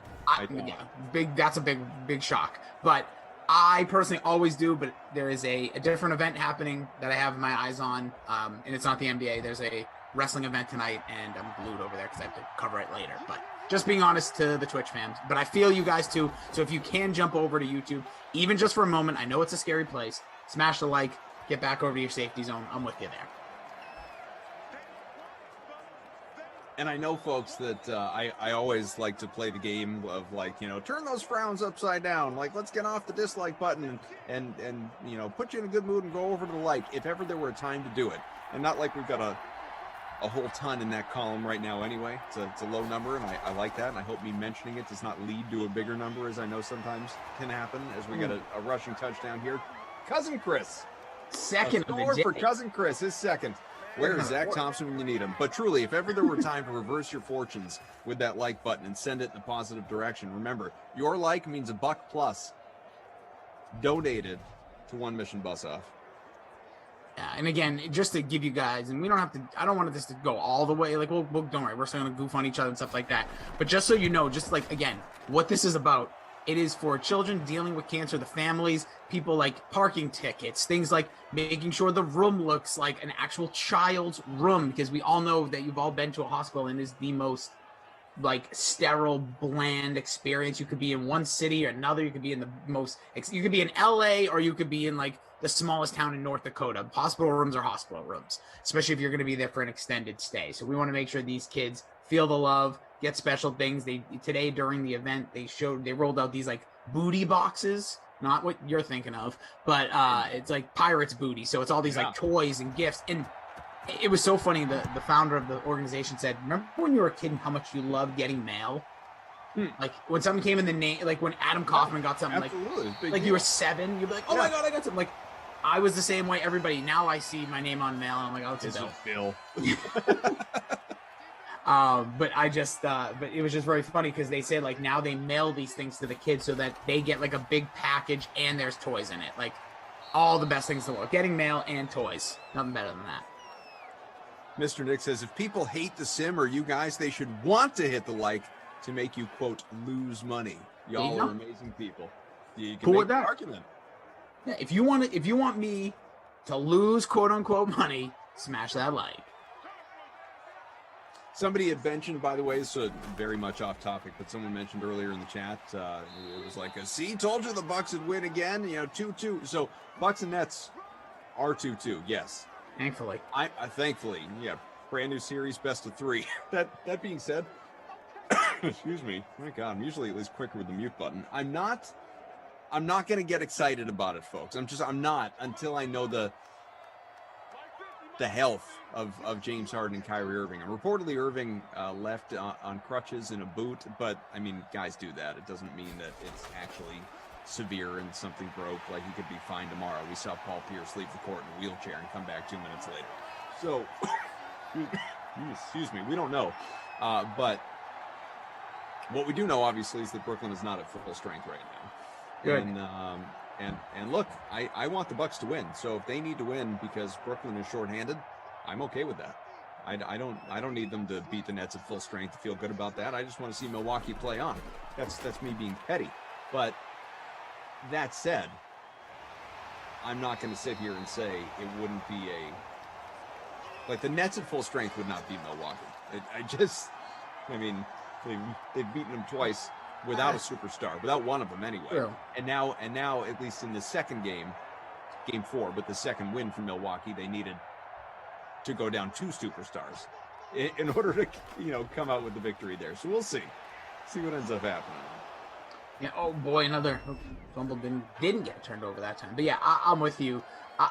The other night I thought the Nets were clearly going to win that game, and it was like a 2-point game with like 7 to go. I'm like, oh, here we go, and it was Middleton. They just turned it on. The Bucks did what they had to do, and you're right. Kyrie leaving the game today highly an impact in that game, and again, I'm with you on that too. Like, hey, Bucks to win, quote unquote, ugly or due to injuries. Guess what? Every team deals with it. It's just unfortunate for the Nets where it happened, but it's still a 2-2 series. There's still such a long way to go before we can say or anything. It's still best of now 3 series. First to win 2 or best of 5 series. I'm looking. I don't know. I'm glad the Bucks are winning games because there's something that is so dreadful in my head of seeing the Nets win this series, and this was I think the best chance for the Nets to get knocked out. DK Metcalf 16 from the bonus. He must be. I need antivirus. The old guy keeps coughing. Yeah. I know. Although, I'll tell you what, I feel like even right now, because I did the, what time was I on earlier today, folks? The nooner, I think? I think it was the folks, 12. Hey, you guys tell me what time I was. Yeah, I think I was on the 12. I feel like even now, like, as not great as this sounds, it sounds better than it did at 12. So we're heading in the right direction. That is what I would choose to believe. By the way, also, just to make the mention, the Suns have the lead right now, up 3-0. I just didn't see the series going this, I don't want to say the word easy, but I didn't think it would be this dominant by the Suns. Yeah, likewise. I thought Phoenix would win, but I didn't think it would be potentially in 4. That's for sure. Yeah, like, it just makes me, it's like, I don't like to do this. I did this with hockey the other day. Like, I start to just look ahead a little bit. Like, if the series go the way, either A, you want to believe they will, or whatever. Like, I still think the 76ers are going to take care of the Hawks. I don't know who, good luck, Hawks fans, don't get me wrong. So let's say it's 76ers. If we want it, you could pick Suns Nets or Bucks, right? But then the other side, are we getting one of the Jazz Clippers, or you would imagine the Suns is going to be in the NBA Finals this year. Mm-hmm. And to me, the hero's warmth to get here is more on the Jazz Clipper side. That feels like the Suns are a year away, right? Like, you think okay, get their nice run here, maybe lose in this round or the next round, then next year they get it together. But like the Jazz you saw last year with that amazing first round series, the Clippers just with the superstars. But I don't know, it's really interesting. If the Clips do go down this round, it winds up being Suns Jazz. I have all the confidence in the world in Phoenix. I will have less so if they're going against the Clippers just because of the star power on the other side. That being said, I don't think the Clippers are this great team. And we all know Paul George is nothing. He's not someone you can rely upon this time of year. He is renowned for not showing up in the biggest games. Now, he was good last game. He performed well last time out, but we'll see, man. Minshew 110 passing at the half. Wilson 107 with a touchdown. 14 all. Cousin Chris 7 for 62. Chris Thompson, a couple of touchdowns for him as well. 1 for Russ on the ground, 5 for 53. DK Metcalf had that 76-yard touchdown to start off this game. And like we said, he is cruising toward the bonus. Very, very close. He is 2 for 84. 2 for 49 for Chris Conley. Eifert 3 for 33. We've both got him. Chris Thompson 2 for 10 in the air as well. But yeah, it's fun. It's fun. I mean, and I don't want Brooklyn to be in the finals, as we've talked about. I just don't like the Nets. That being said, with LA, that being the Lakers, out, and there's really no chalky team in the East since LeBron left the East.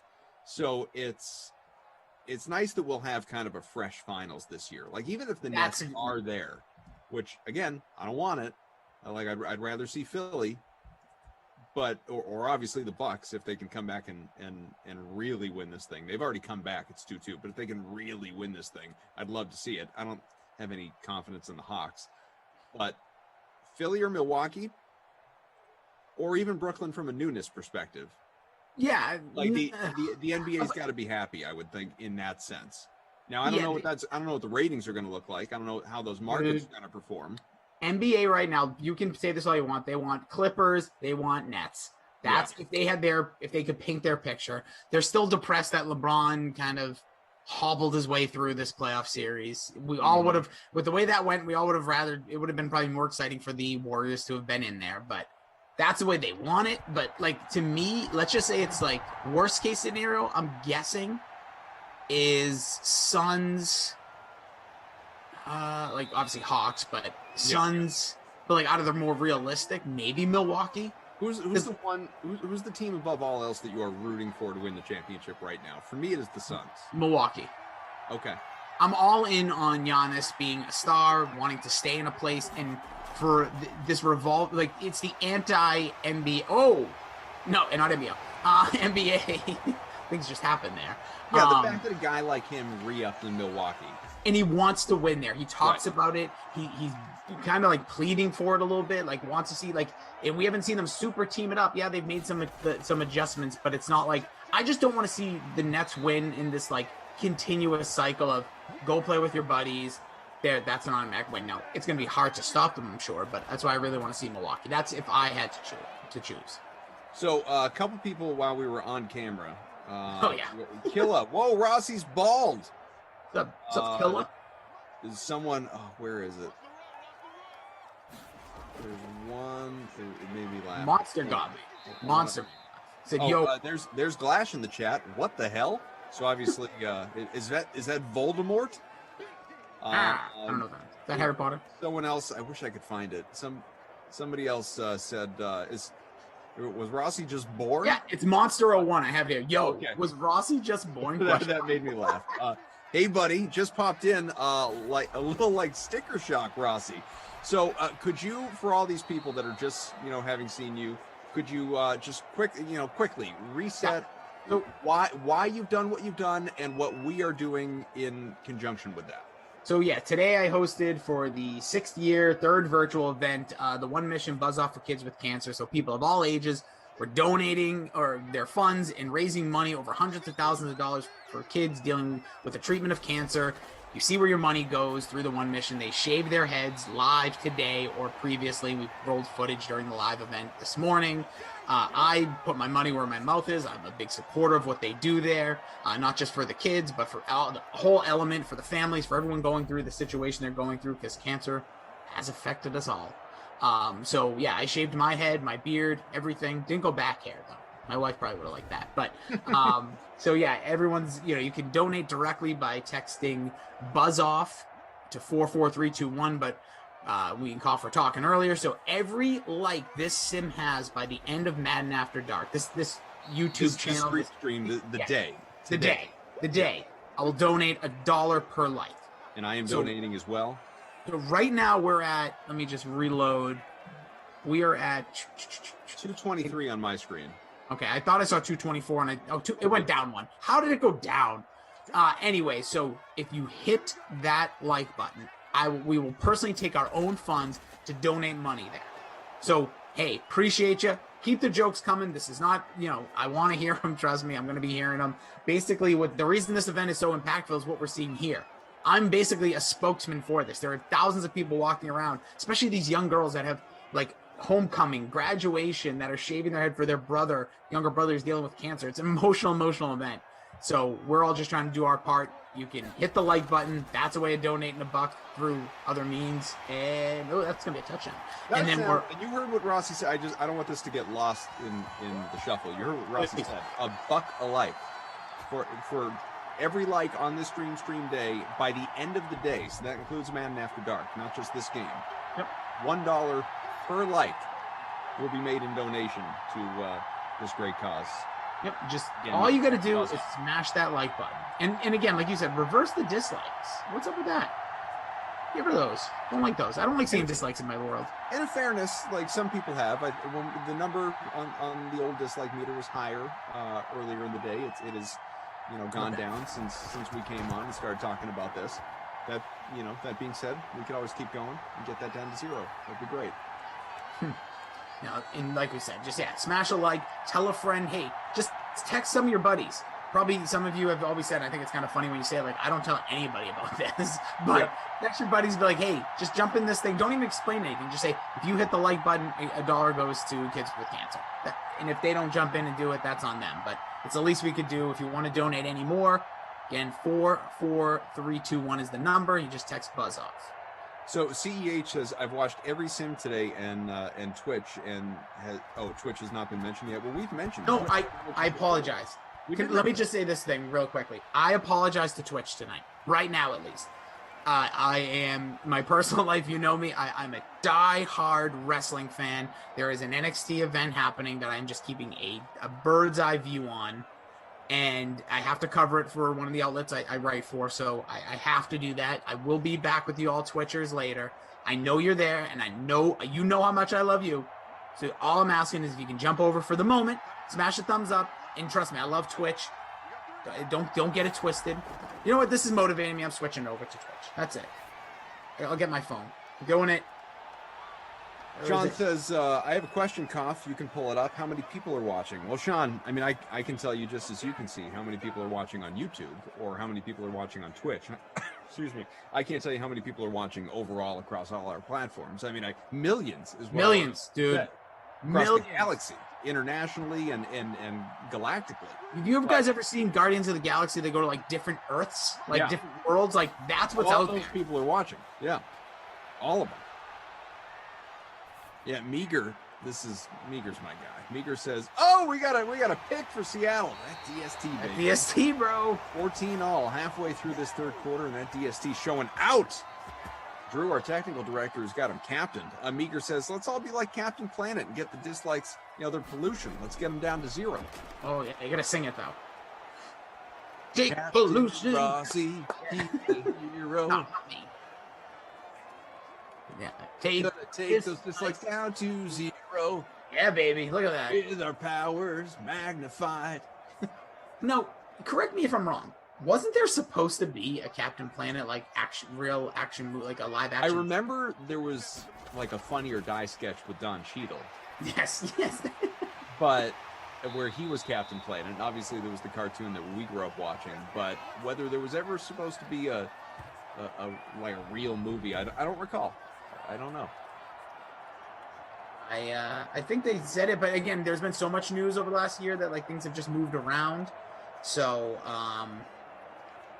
I can't remember what's real and what isn't anymore. Like all these movies now, they're like the Black Widow movie that got delayed like 10 times. Now it's like next month. I'm like, oh, is it really? It's that soon? I'm just excited for Fast 9 at the end of this month. Sean, to answer your question, on YouTube, excuse me, it says 224 are watching. So we've actually exceeded the number of likes of people watching, because presumably some people liked it earlier in the day and they're not with us right now. That's how that math checks out for me. 4th and inches, and they're going to be bold. They're going to go. No, they're not. Cowards. Bunch of cowards. By the way, CJ, shout out to CJ on Twitch. He goes, I thought when you lost your hair, you lost your memory to log into Twitch. That does happen. By the way, I want to give a shout out to our guy Obi-Wan. Did arrive and hasn't changed a bit, and we appreciate that. That's what you like. That's what you want. He told me to go love myself. Well, not right now. Smash that like. Smash that like. I think we can get to 300. I really do. And I know we're. I mean, maybe not during this sim, but obviously, like number of people watching plays a key role in that. But by the end of the night, for sure. I think so. It'll really depend on Glash. If he's going to talk all about his Floridian vacation, I can't promise the legs, but yeah. Listen, he didn't take enough hot dogs or legs pictures. I'm a little upset. Yeah, or if he wants to actually talk about a good cause. Well, a good cause could be him. Not his pedicure. I got to know about it, but the number one question I got to find out, because he was with the lovely Sarah. Yeah, he was with So, dude, I got to know though, like when I go on long vacations with, before I had a child, and I'm sure before we had children, like vacations were much different. Like when you get back, you're like, it's a different experience. Yeah, you're like, when you get like you go in that one for a while, I'm gonna be down here, we're all set. But like, I can't imagine what he like with the two of them in their apartment. Like, what is tonight like? I know he had to work earlier, but like, I just always remembered that feeling, like, especially a long vacation, like a week vacation. Don't get me wrong, I love my wife. I loved her before she was my wife, but man, I was always like, anybody, if me and Koff, if we went on a vacation for a week, I wouldn't want to talk to you for a week. Yeah, you need a little me time. Yeah, just separation, please. But here's the thing. If they go on vacation, like they already live together. So what's changing? Yeah, I mean, do you really think on vacation they're spending every moment of every day together? I do. I bet there's a little distance. Like maybe he's going golfing and she's going to the spa, or maybe, you know, like I assume they're having all their meals together. Unless, also, I don't know, are they visiting anyone? Are they seeing family or friends? Is it just somewhere they went, the two of them? There are a lot of all that and more at 10 p.m. Yeah. What a tease! What a tease! I always say it because like all the details from Glash's vacation you couldn't possibly care less about at 10 p.m. Stay tuned, DraftKings. Smash that like. Every dollar gets dark. Smash that should be what a great little smash that like. Every dollar gets donated. Yeah, every like is a donation. Proceeds directly to the Wondership as up for your kids. Jason Rossi's bank account from CenturyBank.com. It is really must be a member of it. Yeah, I see. Like you, dude, you must deal with that stuff. Like your bigger picture of like what all the tag this. Well, you don't do the production side of it, but like, hey, we got to spot this, that, and this. Okay, we have to fit 40 seconds of legal in 14 seconds. Yeah, at a certain point, I've definitely said to some of the production crew, so like I'll read this as fast as I can, but you can still speed it up after, right? Oh, dude, I talk. You can see how fast I talk. I've recorded in my day back then because I used to be like the only guy who did commercials for the station that I was at, the rock station. So I was recording like 6-7 commercials a week, like any like endorsement stuff, all different things. But dude, it's so funny when you hear your voice, like it's already weird, but then you hear the like speed up. So like you do you read 40 seconds of copy for a 30-second spot, and they're just like, well, we're just gonna run it. Right. Hi, I'm Adam Kaufman. You can check me out at this Sunday. I'll say, you guys know that sounds ridiculous, right? Well, gotta get all that copy. Well, it needs to be on by tomorrow, Adam. Yeah. So sorry. That's the breaks. Oh, radio. That's gonna clear, right? Okay. Good. Yeah, exactly. But just in case you guys ever wonder when you hear all that at the end of like even like national TV spots, like they just put those big blurbs at the bottom corner. You don't even like the whole bottom like fourth. You don't even notice it. It's just a bunch of words. That's what it's all about. They're trapping you down there, but you don't know. Yeah, it's funny. I run into that people won't care about this, so I'll do it quickly. But you with a radio background, so I do hits every single day for the iHeart Sports network for anyone that is unfamiliar. And they're these 25-second produced spots. They're not live, but they have to be 25 seconds because they run over a certain bed. And if they, and when I say that, I mean music. And if they go beyond 25 seconds, you will get cut off. Like the end it has to be 25 seconds. So when I say like 25.5 seconds, no. It's got to be 25 seconds. So I'll write these spots out and I will read them as quick as I can to make them still sound okay. There's Rossi. Here's Rossi. And should have made a TikTok. Right? Sorry. You should. The before and after. Yeah. Flash would have. But I'll do these and I will. But then I got to speed them up. I got to speed up the time to 25 seconds after the fact. So I'll go through this constant battle of how long can a spot be before it is reduced to 25 seconds and still sound okay. And where I've topped out basically is like 27 seconds. 27 seconds sped up to 25, you don't really notice. You can make that work, yeah. 27 and a half, 28 starts to sound really ridiculous. And your voice gets higher, and it just sounds really bad. Now, do you do you start and end with your name? No, it's just at the end. So at the beginning, I just dive in. And it's national, right? Correct. Yeah. So you're just like hitting the maybe 4 or 5 biggest things. I do it differently because they're only 25 seconds. I'll basically fit as much of one topic as I can within 25 seconds, but in a little more detail to provide some background and, more, it's more narrative and storytelling than it is, here are the like top 3 things going on in the world that you need to know about. You know, got it. So like when Julio Jones was traded, that was right. Like I wouldn't do one. I could. There's no one telling me not to. But I just personally wouldn't do one that's like, oh, it's another guy. You know, like here you go. Like the equivalent of this one would be, you know, Seahawks beat the Jaguars. Whatever. Greg Olsen scored a touchdown. Chris Thompson had 2, and you know, what a game for Russell Wilson on the ground. So and so finished in the captain's. Like I wouldn't do all those details. I would probably, tell you a 25-second tale about, boy, what a day for Chris Thompson, and then going back through his game log. It's first multi-touchdown game for him since, and the biggest performance since, and you know, like really make him the center of the story. Like we've kind of made you and what, you know, not you, but what you've done, and you know, One Mission Buzz Off, the center of the story here tonight during this sim. And keep smashing that like. We're almost to 250, folks. Yeah, let's keep it going. 50 people watching too.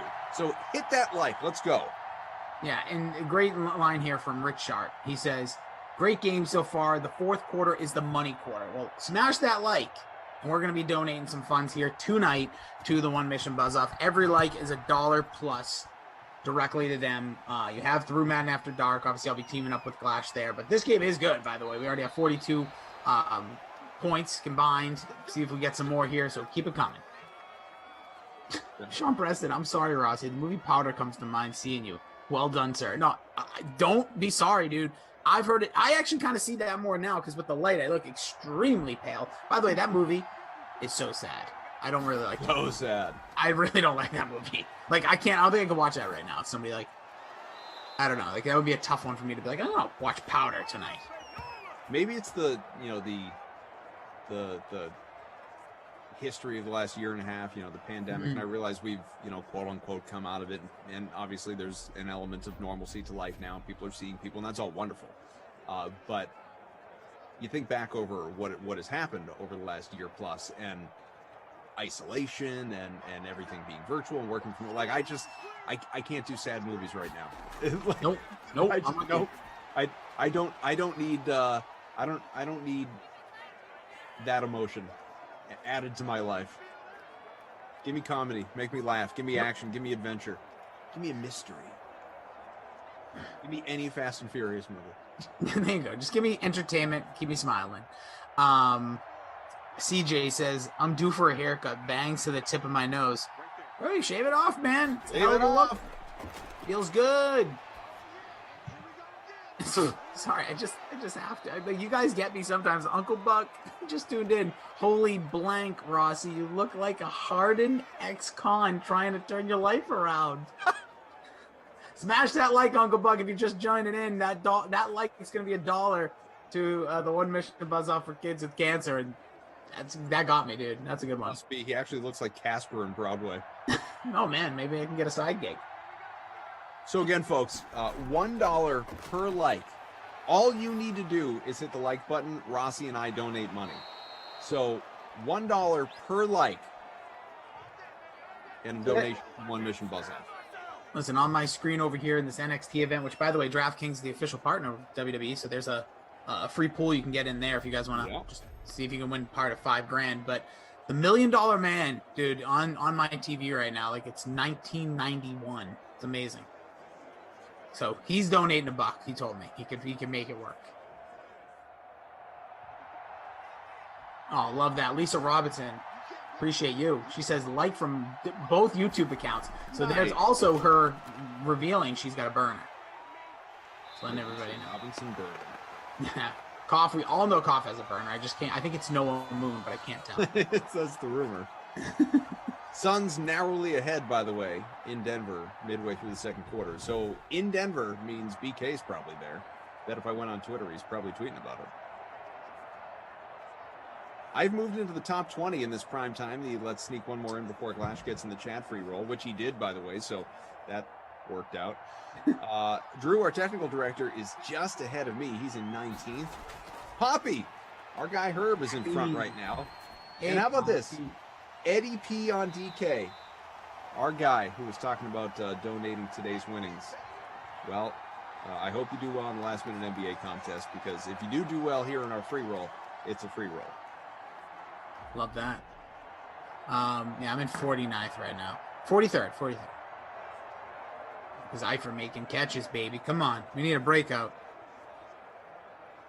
Really no. I'm trying to look. I got a couple picks here, but these award, the Not My Kid award. I don't think there's someone that jumps off the page. This game's been pretty like the players you thought would play well are playing well. True. Oh, look at Herb Dog. Oh, catch. Herb Dog says logged into my other account. Hit the like button. Appreciate you. 250. Come on, keep it going. Also, I want to call this out earlier. I just happened to log in and check this out, and I continue to be in awe, inspired by. I mean, you guys, you wow me. All of you, you wow me. Rossi, the DK SimFam Friends League is closing in on 2,300 members. Dude, remember when this thing first, we can all poo-poo on Cough's Yum Yum all day. All day. But, good call by you on that whole situation. But I remember for a long time, it was right at that 900 mark, right? Right. And we made the push to get to 1,000. Then we kind of just let it grow. And you know who's done who's done the work? The DK Sim fan. Yeah, I was going to say. Talk about it. It's all you in the chat. Amazing. Adding members like crazy. Minshew, touchdown run. Anything you can do, I can do better, Russ. Minshew, by the way, just a little real sport news here. All of a sudden, the Jaguars are listening to trade offers from Gardner Minshew. Now? Yeah, why now? It's what are you doing? You understand you've lost. He must be upset. Something must be with him. But this dude cost you $900,000. That is the cheapest player that has a starting capability in the NFL. And you have a rookie coming in that, let's say he goes the Joe Burrow way, where it's just he's getting murdered every time he drops back. You're going to want a guy like Minshew there who had success in this offense. I hope it's kind of a fake rumor at this point. Because I'm why would there makes no motivation, and you're going to get nothing for him. Yeah, I mean, what's the best case scenario in terms of what you get for Gardner Minshew? A 4? At best? I don't even. I guess maybe if something crazy has to happen. The only way I see that is if Derek Carr gets injured. Or, no, is Mariota still there? I don't even know of a team that I could even think of that. Where you should go is the freaking Jets, who have a guy who's barely played college, who scrambled to his left through his right, and everyone dropped their pants for him, and Sam Morgan, who I don't even know has ever thrown a touchdown or a pass in the NFL. There's a team that's we might want a guy like that has some experience in it. Jordan says Minshew upset that Lawrence is coming in with more hair flow. It's a good point. But he'll never have that mustache. I don't think Trevor Lawrence could grow that.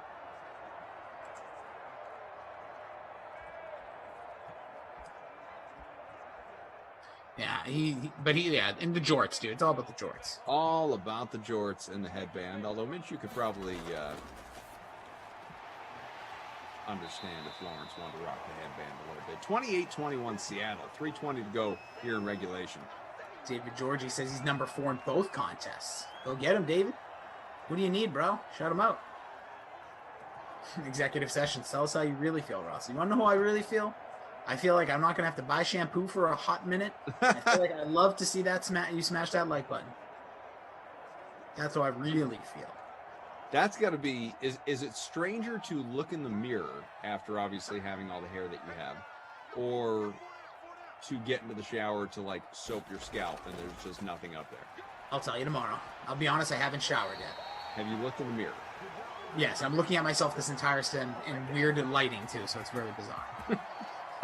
The beard is it, dude. The beard is what gets me. The head, I'm so used to. It's year after year, I've done it, so I'm okay. The first time, it's still shocking and jarring. Don't get me wrong, but not having the beard. My beard was at a really strange. It wasn't quite where Sim Santa from end of last year was, but pretty close. And it was all weird colors. I was getting all crazy. You looked great though. Oh, of course I did. Come on.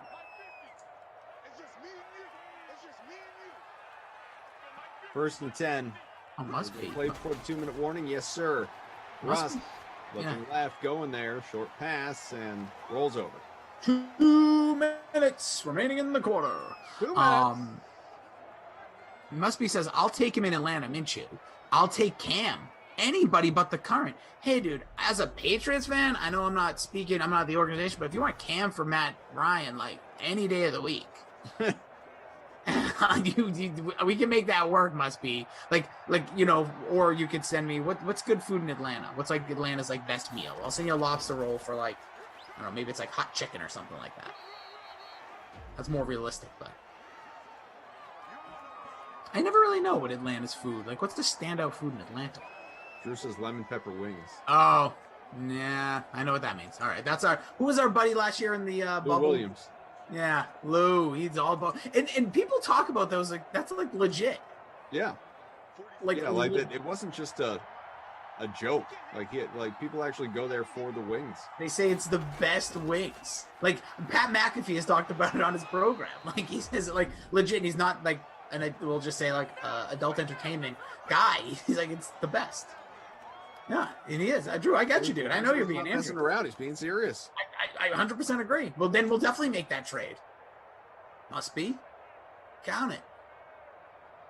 Must be very certain. He goes, he wants him gone. He wants Matt Ryan gone. Who would be your quarterback, dude? You know that our guy Drew here has become an increasingly large fan of wrestling in recent months as well. I don't know if you two. Oh, it's not that recent, Mike. He's been. All the more so, though. It's really picked up. Oh, we well communicated. Good. He's my source. I like that. You know, everyone has their source. I'm spoiling it now. No, I would never compromise the relationship. He said it's become my life. Jealous. His life is being on Sims and wrestling. Sounds a lot like somebody else. Yeah, could be worse. Could be. That's why I always joke, like, we talked about, let's see what's going to happen at the end of this one, but, we talk about the pop culture pile driver involving people in different things and joke about stuff. And I've always said I want to have, like, the people that never have watched or, like, don't care as much about wrestling to do, like, the wrestling topics. Like, be like, Call, if you're around next Tuesday to join us for, like, a baseball conversation, like, we're going to do baseball moves. Yep. And then you show up and it's like, all right, we're talking about the top 14, like, or top 11 wrestling, whatever. And you, oh, what? In. Yeah, it's only going to make the product look bad. It's not going to make you look bad. Yeah. Why am I listening to someone who doesn't care talk about this? Try and fake my way through it as best I can. ATL up over 250 likes. You guys are awesome. Keep it up. Get to 300. By the end of Madden After Dark, anyway. I know it's not going to happen by the end of this sim.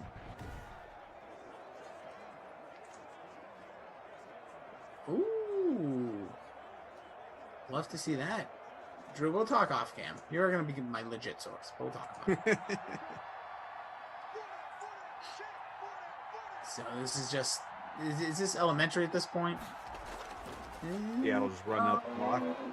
Oh, yeah. I didn't know how much. So I'm going to just fire away some awards. Things can change. Yep. So Chris Thompson scored 2. Russell Wilson's been great. He's got almost 40 points in the captain. Greg Olsen also having himself a great day. Chris Conley also good day, not highly owned. Like there's so many people I could go with here. I mean, Chris Thompson. I feel like Chris Thompson and Chris Conley are the first two that I look at. I'm gonna go with Conley for this reason. He hit the bonus on 4 grabs. He's less than 25% owned. Yeah. There's a long boot. And it's good. Ball game over, basically. So got it. I'm going to give it to Chris Conley. He's won it before. He's Vulture-esque. You know I love them Vultures. Smash that like. Every like gets $1 donated. And the Krusty Cough, every like is $1 donation. I mean, that Babysitter Billy, not my kid award. See, this is tough for me. I don't see, like, in my lineup, like, Carlos Hyde, but Carlos Hyde was like... I mean, DJ Chark is 10% in the captain spot, 45% overall. Dude had 1 18-yard grab, and that is it. All right, DJ Chark. DJ Chark will be the not my kid. You know what I like? When you said that, I don't argue it. Sometimes I'll be in your spot, and you'll notice something that I don't. And I'm like, let me think about it. Let's not overthink this, guys. It's a name on a spreadsheet. It's a name on a spreadsheet. So yeah, he's not actually, like, get docked pay. Yeah, so good guy today. He's not losing out on a bonus. Good guy is Chris Conley. Bad guy, DJ Chark. And my son has finally got into the whole baby shark thing, so I'm not really feeling it. So, no, this probably won't surprise anyone, but, like, whole baby shark phenomenon or whatever. I mean, I got 3 kids. I've heard plenty of that song. I still do. It has never annoyed me. I've never had a problem with Baby Shark. Good for you. I didn't like it until, like, you know what it was? I dressed my son up as a shark for Halloween, so that's where it came from. Because everyone's like, oh, it's baby. And I'm like, no, he's a murderous shark. He's Jaws. Like, oh, he's so cute. He's not a baby shark. I'm like, it's a baby that is a shark, but he's not baby shark. Came down with it in traffic, maybe? No, I think it was incomplete. It was incomplete. All right. Well, that'll do it. Throw in the clipboard and discuss. Ball game. Oh, yeah, Lockett had just 18 yards. That's a good shot. That's who I was leaning towards, Jordan. Hold on, let me pull somebody. Oh, let's change the records. No, I don't care that much. No offense. I care about you guys. All of you. I care about Kaufman. I care about my guy Jordan, Andrew, Jimbo, everybody that is involved here. Don't get me wrong, but the awards, they don't rattle my brain that much. Don't care that if somebody told me like there's going to be somebody that's going to come on the Dream Stream if they win all the awards, and maybe I feel differently. But I want to award those that I feel. I go with my gut. And Koff gave me a good one, so thumbs up to him. And if you give a thumbs up to this sim, we will donate $1 to the One Mission Buzz Off for kids with cancer. That's why I look like this. Like that. Like it a lot. So 108 for Conley. Only guy to hit the bonus. But what a day. What a day that it was. So again, a victory here for Seattle. Good on you. Thanks for representing.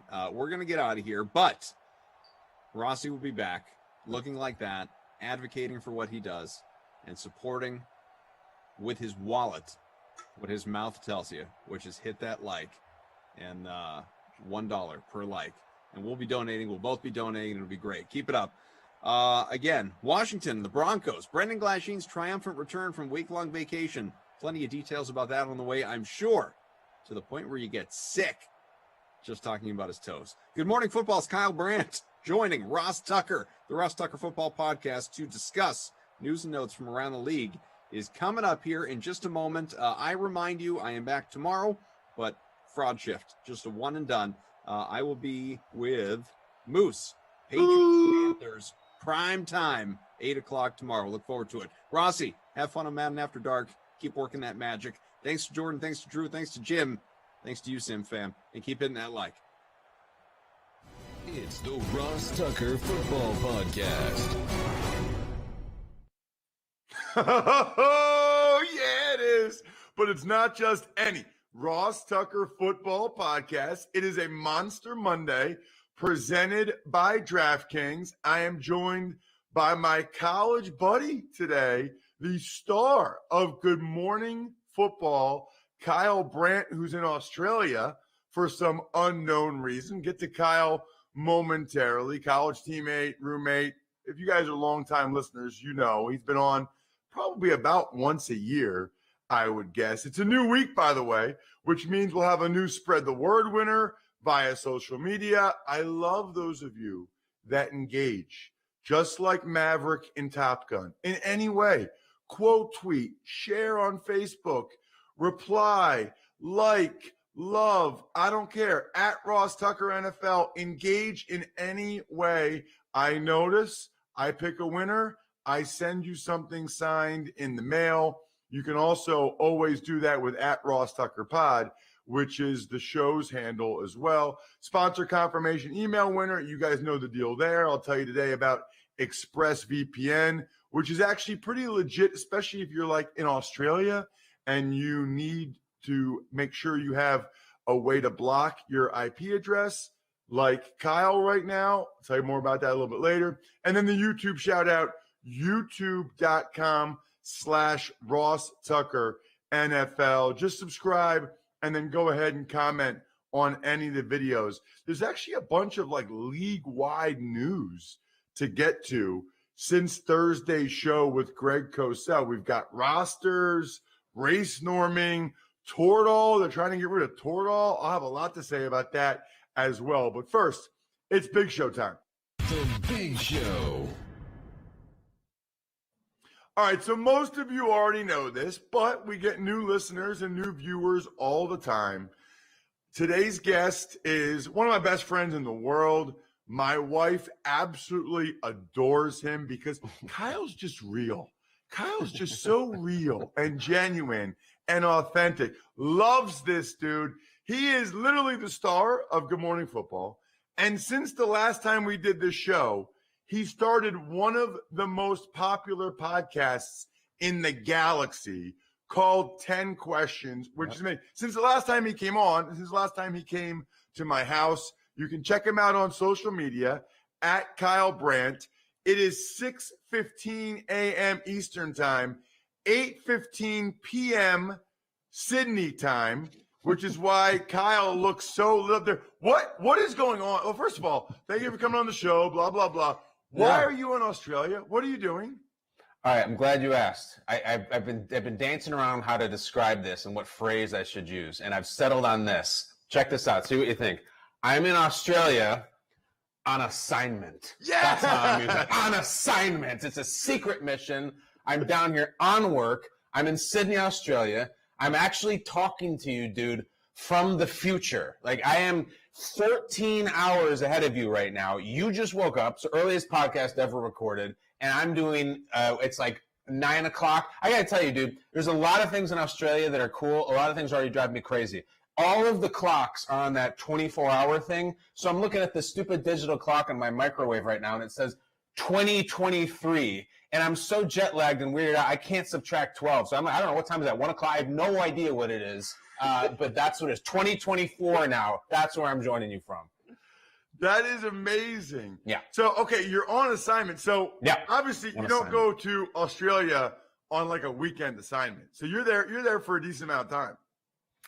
Indecent, I think, actually, is the expression. I go right past decent to indecent. I'm here for like, this is the other phrase I've been using is, you know, I'll be emailing like work people and I'll be like, thank you for reaching out. I'll be on assignment in Australia for several weeks. It just sounds so cool. It's like I'm James Bond in Monaco playing cards or something. Like, I'm trying to make it sound as cool as possible, where in reality, I'm sitting here in my sweatpants and my Ugg slippers, and I had 2 ho-hos for dinner. So it's not sexy in any way, but it sounds cool. I'm here on assignment for several weeks, Ross. So, first of all, saying you're on assignment is amazing. I love saying that when I'm away. I love that. I love saying on assignment. It sounds amazing. And Australia is amazing. One of our awesome listeners, the guy that actually grades us on the Even Money podcast, like he grades our bets. His name is Sean Grady, lives in Australia. We call him Grades. Like, that's his nickname. Isn't that unbelievable? His last name's Grady, and he grades our bets on the Even Money podcast. But he's every time we do like with the patrons, every time we do a happy hour, he's the one that sets it up on his Zoom. So, Kyle, it'll be like 8 o'clock at night. Yeah. And because we're doing a Zoom, whatever, it'll be noon. And he'll be on this happy hour with us from his house in Australia. And he's like, yeah, I'm supposed to be working right now. I'm kind of working, whatever. He sets it up. So anyway, people in Australia are amazing. We never talked about this. Right when I retired from football, my wife and I went on a trip to New Zealand and Australia. We spent almost a week at Hayman Island. It's like some awesome island off of Sydney, off of the northeast coast of Sydney. It's amazing. I can tell you a bunch of stories there. And obviously, Sydney, we did the Opera House. We did the bridge thing. We did all that stuff, man. It was amazing. See, I think of you and Kara going on a trip around your football retirement when you went on that like ill-fated road trip where we had to turn around in Cleveland because your back hurt. Like, that's a totally different trip, right? That was when Buffalo cut me after my back surgery. Yeah. And the idea of being in central Pennsylvania, just like waiting for a call, was horrible to me. I just couldn't. It felt like a waste of time. So we got the idea to do a cross-country RV trip. Tell me this isn't galactically stupid, by the way, Kyle. Okay, go on. You get a call almost every week to go try out, like somebody like the right guard in Detroit gets hurt. Sure. So they call you Sunday night. You're on a plane Monday. You work out Tuesday. They tell you whether or not you're signed. You fly back. Like, our idea was we would just go, and wherever I was, I would go and fly to that city and Right. do the workout while Kara was with the RV. How stupid is that? Like, first of all, it's not good for working out to be in a motorhome. Secondly, I'm going to leave my like 25-year-old wife at these like random motorhome places so that it was like, for two smart people, it was one of the dumbest ideas of all time. Driving the motorhome killed my back. We made it to Cincinnati, my former teammate Alex Solfstead, and we were like, this is the worst idea ever. It hurts my back. Like, and we turned around. We didn't even make it past a contiguous state.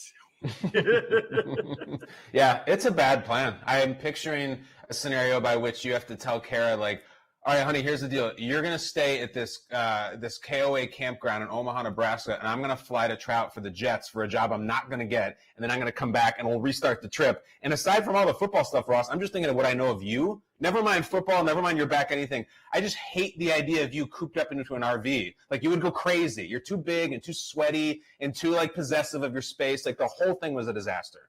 Terrible, terrible idea. Yeah. What terrible. is a good idea is the podcast you started for The Ringer and Spotify, 10 questions. This is what's weird about life and time. Okay. You were here at my house with your family last August, okay? Mm-hmm. And so we're only talking 10 months later. Yeah. Since then, you started a really popular podcast. You've had a bunch of awesome guests on. It's a thing that people enjoy and talk about and like, and you've had second series or whatever. Like, isn't that weird? It feels like that was longer than 10 months ago, but I guess it wasn't, or maybe it was a little bit longer. I don't know.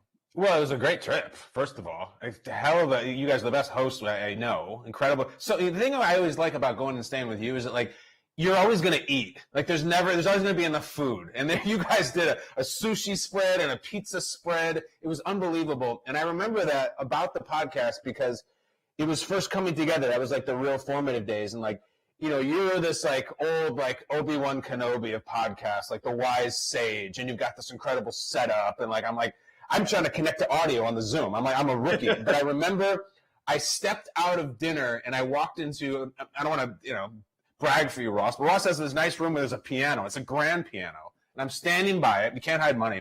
I'm standing by it, and I had two text threads going. One was I had just a couple weeks ago done an Aaron Rodgers episode, and, like, I was having a correspondence with him about, like, when it was coming out. And then also I was trying to book Guy Fieri to come on, which was the next episode we did. So, like, if you looked at my phone, it was, like, the coolest phone ever. And my text message, it would be, like, Brooke Brandt, Aaron Rodgers, a Guy Fieri, and then like Peter Schrager or something. But it was pretty good top four. That's amazing. So here's the thing I've never understood. Like, your first episode is Aaron freaking Rodgers. And not just Aaron Rodgers, dude. He's like drinking whiskey or something. Like the whole time. Like that. So I don't know that I've ever seen that. Like, I don't know if I've ever seen a star quarterback. I mean, I probably seen a star quarterback be somebody's first episode, but, like, he just comes on and he's drinking whiskey. Like, he just decided, you know what?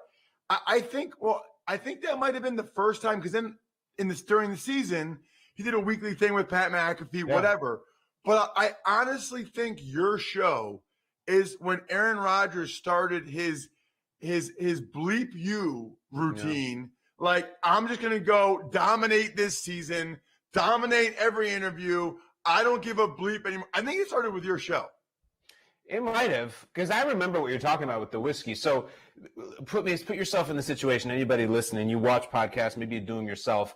These days, it's always about, the virtual window and everything. And so let's say I had agreed with him, we were going to meet at 6:15 and come on in, and, like, you go and you get there early and you got, whoever's crew is helping you out. And then there's this, like, tense moment where you look at your watch. It's like, oh my God, it's 6:15. Is this really going to happen? Is this massive whale of a guest really going to show up?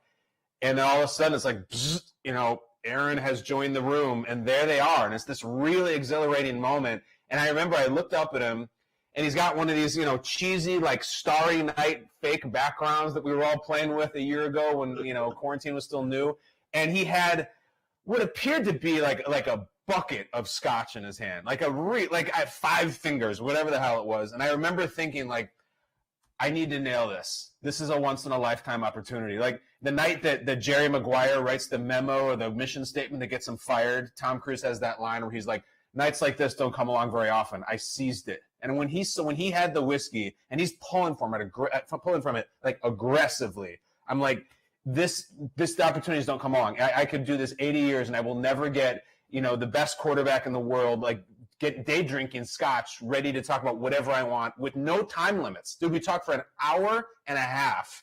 That's a once in a lifetime interview. And I'm like, I got to maximize this thing. Well, you did. And obviously you've been building on it ever since. Very proud of you. Love the show. Thanks, man. I've watched several episodes. It's awesome. I also love, you've kind of become the guy that like cuts promos. I've seen him for the Bills. I've seen for the Eagles. So here's the thing about Kyle now, okay? Everybody needs to have people in their life that they're just blatantly honest with, right? Like they just say what it is. And that's, by the way, why my wife loves Kyle, is Kyle just says like the truth, right? So I got to be honest with you. Kyle is very popular among Eagles fans for videos he's done over the last few years. He's also very popular among Bills fans for the videos he did, especially last year. So I have been an Eagles fan since I was 5 years old. I now do Eagles pregame. I do Eagles preseason television, okay? I played 3 years for the Buffalo Bills. It's the team I have the greatest affinity for. I would be lying, Kyle, if there wasn't part of me that isn't like, what the heck is going on? First of all, I should be cutting those promos. Secondly, do those people know you're a Bears fan? You are a Bears fan. You've always been a Bears fan. You'll always be a Bears fan. I watch these promos and I'm like, these people don't even know he's a Bears fan. This is ridiculous. Keep going. It's all coming out. Let the healing begin. It's just, listen, Ross, when I was standing there that day, on the Rocky Steps on the day of the Philadelphia Eagles Super Bowl party, and I was hanging with Randall Cunningham and Brian Westbrook and all us like OG Eagles guys. We were talking about the true meaning of being a Philadelphia fan. And it's not, I'm not sure it's something you would understand. You never did play for the Eagles. You're a fan, big deal. There's thousands of fans. To really be in the inner circle, you have that true understanding. But listen, I understand you're jealous. I would be jealous. But I'm glad you brought this up because I get this all the time, and I think it's an interesting conversation about media members and fan bases. So I get that. They're like, hold on a second. Like, I thought you were an Eagles fan. Oh, you're a Bills fan now. Oh, you're a Browns fan? Wait, you're a Bears fan. I'm not a fan of anybody, and that includes the Bears. I was as a kid, and here's how I define it. I don't care if the Bears lose. Like, I was born and raised in Chicago. I grew up with Walter Payton bed sheets, all that stuff. But I don't care if they lose now. I like to see good things happen for them. I get excited about what they do. But, like, if they lose, I'm like, oh, those idiots. I'm not down. I'm not upset about it. And as far as, like, the Bills and the Eagles, I've never said I'm a fan of theirs. I'm not. I did that Bills promo, the first one. The first thing I said was, I've never even been to Buffalo. I have no idea what it's about. But when the playoffs start, you start to have a feel about some teams. And sometimes those teams are not the front runners. And if you start screaming about that feeling, genuinely, people like it. Yeah, it was awesome. Although, wait a minute. You kind of can't have it both ways. What do you mean? Well, I saw the video you did when the Bears drafted Justin Fields. Yeah. And you made it like, we've been waiting our whole lives for this. I'm so proud of them. So you can't now say you're not a Bears fan and then do the video where you're like, I'm just so proud of them. By the way, I thought that knowing you, that was totally real. And I know that you felt that way. You were proud of the Bears for moving up and drafting Justin Fields. That wasn't fake. But I was. However, I would counter to that. That feeling of pride is not just attached to the Bears fan that I grew up with. Like, I'll tell you something. I was really proud of the Browns, like when they won that playoff game against Pittsburgh. I like had this genuine feeling of nurturing, almost parental-like, and I know where it comes from. It comes from, like, I have a background in sports radio where I worked for Rome for years and years, and so when you do that, especially if it's like a national show, like you get the Cleveland callers and you get the Buffalo callers and the Detroit callers, and like you kind of, they become a character in your life and you become an attachment to them. So sure, I was proud of the Bears because the Bears like hung their balls out there. It was an incredible move. But I feel proud of different teams too. Weren't you in your own way, even if you weren't a player, even if you'd never played for them? Last season, weren't you proud of the Buffalo Bills? I was. 1,000%. I root for the Bills, and not just because I played there, but because those people deserve it. I root for the Browns. I have said for a long time, I think the Browns have the best fans in the NFL, and people get all upset about it. Look, there's amazing Steelers fans, Eagles, Cowboys, Raiders. I get it, right? The Browns fans are so loyal and so diehard, and for the last 20 years, their team hasn't even really given them hope. I mean, not even hope. I know. And yet they still, when I had a radio show on SiriusXM, they would call all the time. Every year, I see the tweets. I think that they are the most loyal fans in sports. Nobody's ditched them. Browns fans are Browns fans are Browns fans. And I love it. All right, I got two more for you. By the way, this always happens. Like, I could have 20 more for Kyle, but I try to keep the show to 30 minutes because I respect that that's your workout time, your commute time. Plus, I like to leave a little bit more, right? Like, we'll have to have Kyle on after we find out what his assignment was. He'll have to be on the show again. All right, this is a random question, okay? Yeah. But you'll know where I'm going with it. How does your body feel? And I don't mean like the working out. I've seen your video. You're in great shape. I mean, do you have any lingering effects of playing high school and college football? Because to those of you who don't know, Kyle was our starting running back at Princeton for like 3 years. Like, Kyle was a Division I starting running back, which is very hard to do, and he was very good. How does your body feel? Like, do you have aches and pains from college football? Yeah, they're coming up. Here's the thing, and anybody listening who played high school or college football could relate to this too. I won the running back Powerball, and let me tell you what I mean. I played 9 years of running back, and I never had the big knee injury. I never had the big elbow injury. I never had the ACL, the MCL, any of that stuff. So I got really lucky. Never separated a shoulder. Never tore a labrum. Whoa. I was there when your elbow bent the other way, dude. All right. But here's the thing. My elbow did go on the other way. My elbow was on backwards. And the last carry of my football career, the last play was against Penn senior year, who, like, I hope that entire program rots in hell. I hate them. But I dislocated my elbow. You know who I was talking crap to about Penn, Ross? Like, the prince of Penn right now, Stefanski. And he is like, he was saying all this stuff about, like, Kyle Branch just, doesn't like Penn because he couldn't get in there. And I'm like, hold on a second. I'm not going to start doing this elitist Ivy League talk, but saying that someone like went to Princeton because they couldn't get into Penn is like saying that like someone is playing for the Chiefs because they couldn't make Browns. Like, it's not commiserate. It doesn't make sense at all. It's terrible trash talking. You obviously went to Penn. So anyway, back to my body. It's okay. I did yoga this morning here, and like, there's just a lot of cracking now. Like, my knee is like, it's like a Roman candle inside my knees. Even though I didn't blow them out, it's just like when I bend down, like to get in a catcher's squat, it's like there's like a drum roll, and I don't know where that's coming from, but it can't be healthy. All right, so here's why I'm asking you. I was recently with a buddy, okay, and his back like went out on him. All right, and like his back was in bad shape. And I was, I had a back surgery in Buffalo. My back, I have back issues 3 times a year. So I'm helping him through it. I'm telling him, I'm giving him advice or whatever.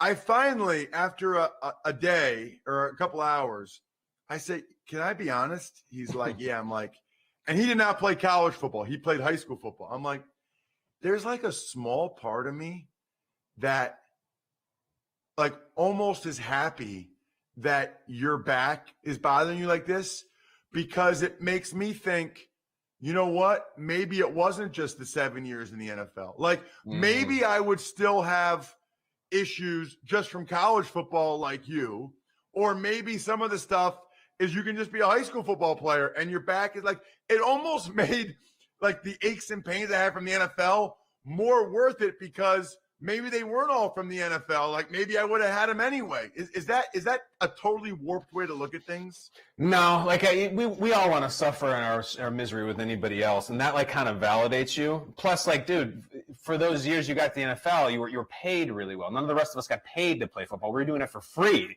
So I can understand you. And by the way, I also know how you work, and you like to keep track of everybody and what number they have and what they're this. Like you always have an inventory of everybody's everything. So that does not make a surprise for me that you wanted to hear that guy suffering. It's fine. I do the same thing. All right, last question. Yeah. Junior year, we were roommates. Okay. Mm-hmm.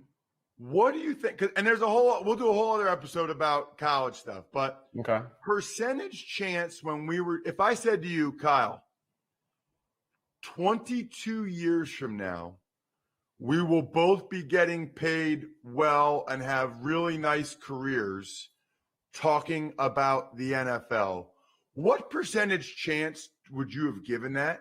When we were juniors in college, neither one of us ever talking probably a single day that I can recall about being like an NFL broadcaster or whatever. Very, very, very low. You got to understand that, first of all, there weren't a lot of constructive conversations in that room to begin with. Let's just set the stage for the listeners. You're talking about 6 guys, all college football players. I was about 205 at that point, 205 pounds. And I was the smallest of the 6 by probably 40 pounds. So I was like the runt of the litter, because I think the next smallest was Freitag, and he was like ripped out of his mind back then. He was huge.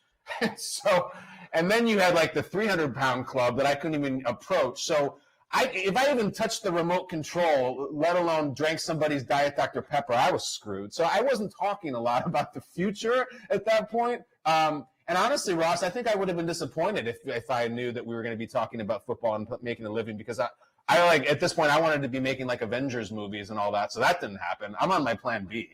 I don't even know what I thought at the time. I always wanted to be a broadcaster growing up, but then at Princeton, I guess I just thought I would do the finance thing like you definitely everybody did. else does. Don't lie to the listeners, Ross. Like you were ready to work for some sort of Wall Street and consulting on it, because that's where the river flows in Princeton. Everybody's doing that, and you're hearing that this guy's with Lehman Brothers and this guy's this, and you're like, I guess that's what I'm supposed to do.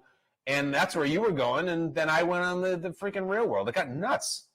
Thank God I made the NFL and didn't do that. I mean, I like my life now, man. That would not have been. That would not. Because imagine have if you didn't even try. I mean, one thing if you tried to make the NFL and they just didn't want you, but like you very easily could have been like, screw it, I'm going to start losing weights. I'm done with football, and I'm going to start putting a suit on. None of those helmets behind you, none of that stuff behind you. It's all poof. It's gone. And like, honestly, let's be frank, Ross. You probably do really successful. You probably have like a massive house, but like you don't have all that the helmets and the helmets. And I wouldn't love it as much as I love what I do now, which is getting a chance to talk with someone like you 14 hours into the future. Here's the best thing you can do. Follow him on social media at Kyle Brandt. That way, when he has awesome clips from Good Morning Football, you can watch him, and you should watch that show. That way, when you get a new 10 questions episode on The Ringer, you can watch or listen, and that's how you'll be the first one to find out what his exciting assignment is. One of my best friends in the world. I love him. Kyle Brandt. Thank you so much, Kyle. Love you. Good night. I'm going to sleep. It's good morning. By the way, Kyle, I mentioned this earlier. He needs to be on ExpressVPN right now. Like, you got to keep your data private when you go online. He's in a different country. They could go ahead and they could go in and they could find out, what websites he's on. I think he's by himself right now in Australia. I have a guess what websites he could probably be on. Look, ExpressVPN, when I'm in a hotel or the airport, my connection gets rerouted through an encrypted server and my IP address is masked. You get a random IP address shared with other VPN customers. It makes it more difficult for third parties to identify you, to harvest your data. So if, like me, you believe that your data is your business, secure yourself with the #1 rated VPN on the market. Visit expressvpn.com/Tucker and get 3 extra months for free. That's expressvpn.com/Tucker. Go to expressvpn.com/Tucker to learn more. Tuck's Takes. Morning, Ross. Well, let's start with some league-wide news that we'll talk about. Since Thursday's show, here's what's happened. NFL looking poised to keep some of their roster rules from last season, including 16 players on practice squads and unlimited guys coming back off of IR. I kind of thought they would do this, Bri. This is really terrific for everybody. I mean, 16 practice squad spots. You're talking now about 69 guys that essentially make a team. 53 active roster, 16 practice squad, 69.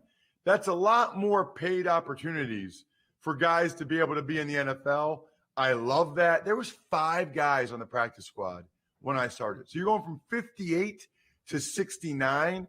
And on and off IR, unlimited means they actually have more than that, because you can have a guy on IR for 3 weeks, bring him back. Used to be you had to be on IR for at least 8 weeks. Used to be if you went on IR, you're done. So all of these are ways to have more guys be on rosters, which I love. Tuck's Takes. The NFL is going to be halting the practice of race norming as it relates to the concussion settlement lawsuit. And Andrew Brandt talked with Chris Seeger, the head of that lawsuit. Oh, that's awesome. I love that.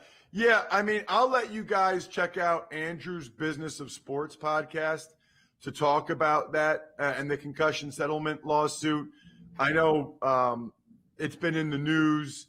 Obviously, they're going to go back and reevaluate all of the guys' assessments for which they had the race norming initially, which is an expression or a term, I must be honest, I never heard of until this. Tuck's Takes. NFLPA also issued a statement recommending no more usage of Toradol among players, which I know you kind of relied on, right? Well, yeah, so I'm a little confused by this. I read the statement. The first time I read it, it made it sound like they don't want you to take Toradol. Like they don't want players taking Toradol because of excessive bleeding. But then I read it again, and it seemed like maybe they just want them to take it orally and not get it injected.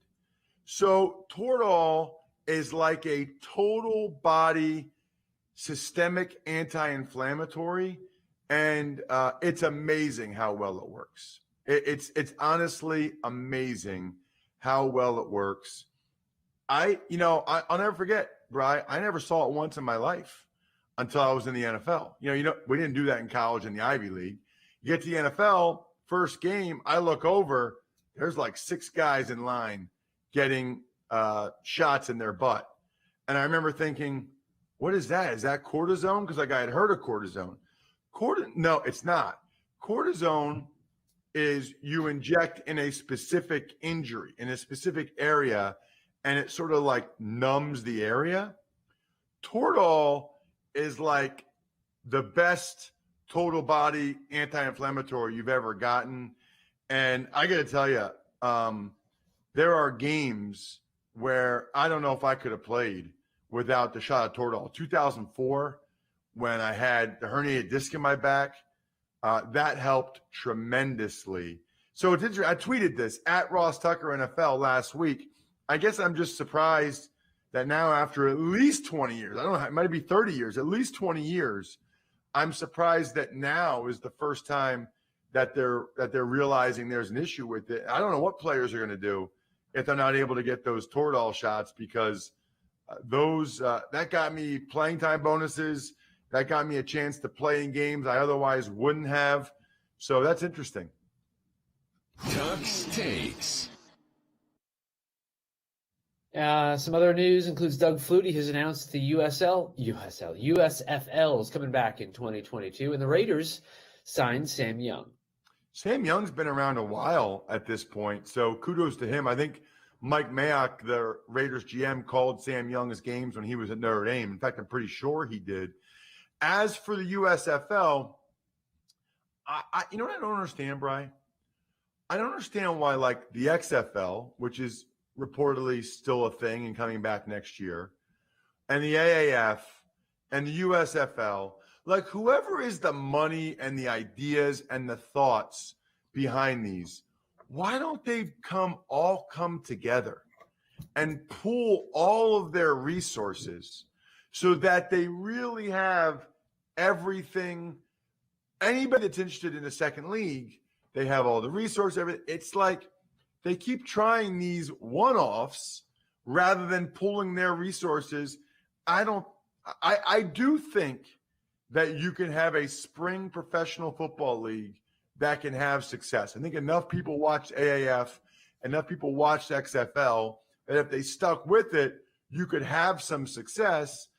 I just don't know. If you only do it for 1 year, that's not long enough. AAF had financial issues. XFL had the COVID. I just don't know. USFL, hopefully they'll have neither. I just don't know. I don't even know who the backing is. Sounds like Fox Sports is behind it, which is good. Shout outs, by the way, Pizza Boy Brewing, Sporticulture, Vision Comics with an X, HumanHeadNYC.com. Certainly check out the College Draft Podcast today. Emery Hunt and I went over every pick in the NFC East. Great interview with Kyle Brandt. Hopefully you guys really enjoyed that one. Other than that, I think we're done here. Thanks for listening to the Ross Tucker Football Podcast. Make sure to also subscribe to the Fantasy Feast, Even Money, Business of Sports, and College Draft. All available at Apple Podcasts, RossTucker.com, or wherever podcasts can be found. A lot of times on the show, I mentioned DraftKings. Here's what you need to know. You got to be 21 or older, New Jersey, Indiana, or Pennsylvania only. New customers only. Restrictions apply. See DraftKings.com/sportsbook for details. Gambling problem, call 1-800-GAMBLER, or in Indiana, 1-800-9-WITH-IT. By the way, if what I was talking about included a deposit bonus, doesn't always, sometimes it does.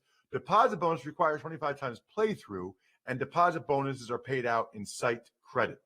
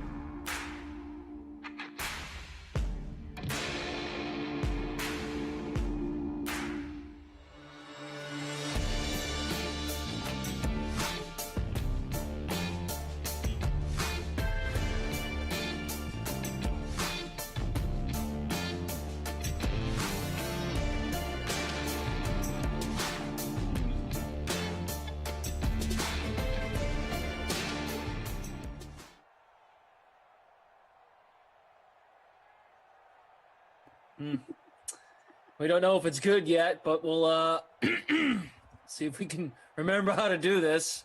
How are you, Jason? Is that your name? Is that your first name? I don't remember anymore. I don't know who I am, what I am, but I am here. I am excited to be with you post-vacation. This is like hanging out with a buddy before you meant to have like plans the next day, but you're like, oh, I'll just swing by your house real quick. And I'm like seeing you like the suitcases all, the clothes are everywhere. Suitcases still on the bed. Freaking mess. Who knows what's going on over there? Look at that bed. Hasn't been touched in ages. No. Welcome back, dude. Welcome back from Florida. You look good. You know, we oftentimes we call it the fraud shift. You know, you just do the one sim, and it's like, what am I doing? Working the Sunday night Madden After Dark it doesn't make any sense. But here we are, and we got Denver and the Washington Football Team. Oh my God! I don't know who was here. I know you guys are always the best. Smash that like. We'll get back into that, but. I believe I was on with Moose, and we had one of these two teams, and I said the two worst teams in Madden 21 is Washington and Denver. So I'm like, this is like at least they don't play each other. And then we found out they did, and look at I think this is week 7. Are we in right now? Or week 8? It's just laughable. But Glash, you're here. I'm here. We're gonna make it great. Okay, I like it. I like the direction the energy is heading in. Wow, the Broncos are 1-6. And the football team is 2-5. It's kind of funny. It is, and I'm dying to know what people like. This is the one time I want to know everybody's lineup. Like, I would just be intrigued because I don't know what to do. Like, I'm just spoiler. I left $6,400 in the bank making my lineup. Oh, okay. I only left $100. You did good. You filled it out. So I put Sutton in the captain spot. Played Drew Lock, and then I played all football team members, McKissick, the Sprinkler, Inman, and played a kicker, Hopkins. Love you for that. I should have went Inman. That was a good call. See, my lineup here, this is my strategy. McLaurin's in the captain. I got Sutton, Sprinkler, Hamler, defense. Stacking MDs. Carmen G says Madden After Dark with Glashy and Vin Diesel. I like Chunk Diesel personally, but wait, you say Chunk? Yeah, Chunk Diesel. Don't disrespect Vin Diesel by looking at me, but I appreciate the compliment. That's good. Oh man, appreciate you, Dan. Again, just want to give very quickly off the top, Clashes. I know you're back, just pushing it out here. Smash that thumbs up. When you hit it, $1 gets donated to the One Mission Buzz Off for Kids with Cancer. I'm going to take a screenshot at the end of this sim. Whatever many likes we have from all day, I'm going to then go to my old bank account, drop that right into the One Mission Buzz Off. That's why I look the way I do. I did it this morning, the One Mission Buzz Off for Kids with Cancer. If you want to donate, you can text Buzz Off to 44321. But I'll take care of it. Just hit the thumbs up. All right, so we're underway. The final sim of this Sunday, June 13th, 2021. J.D. McKissick is the highest-owned player. The highest-owned Denver Bronco in the free showdown is Cortland Sutton. Then you have McLaurin in next at 53.8%. Fant is 45.5% owned. Haskins, and then Drew Lock. So quarterbacks are actually reasonably owned. This shows this sim's going to be nuts, dude, when Haskins is a top-owned guy. Yeah. That's wild. True. Look at that. What a way to start, Glash. 3-0. 3-0. Smash Lanta, I'm not going to lie to you, you kind of scared the crap out of me. You drove by the Wawa that I was at, like, all week. Smash. Really? Smash tweeted at me. I was really trying to stay off the socials. Yeah. Smash sent out a video on Twitter of the Wawa I had been going to, and the tweet read, at Brendan Glasheen, you up? And I'm just like, oh my God. Like, what are we doing here? Like, this is my reality. I honestly, that made my day. I didn't know he did that. That's amazing. He did. No, I didn't like it or retweet it or anything, because, like I said, I was trying to kind of just keep the phone limited and whatnot to that kind of crap, but I laughed. Smash, maybe we should have met up. I don't really know the proper way to do that. Shut up. What an opportunity. Rich, what's up, Rich? Midwest Heather. Michael Smithy. Hey. Hey. Hey. How you doing? First and 20. Neat. Inman with the catch. 8 yards. Oh.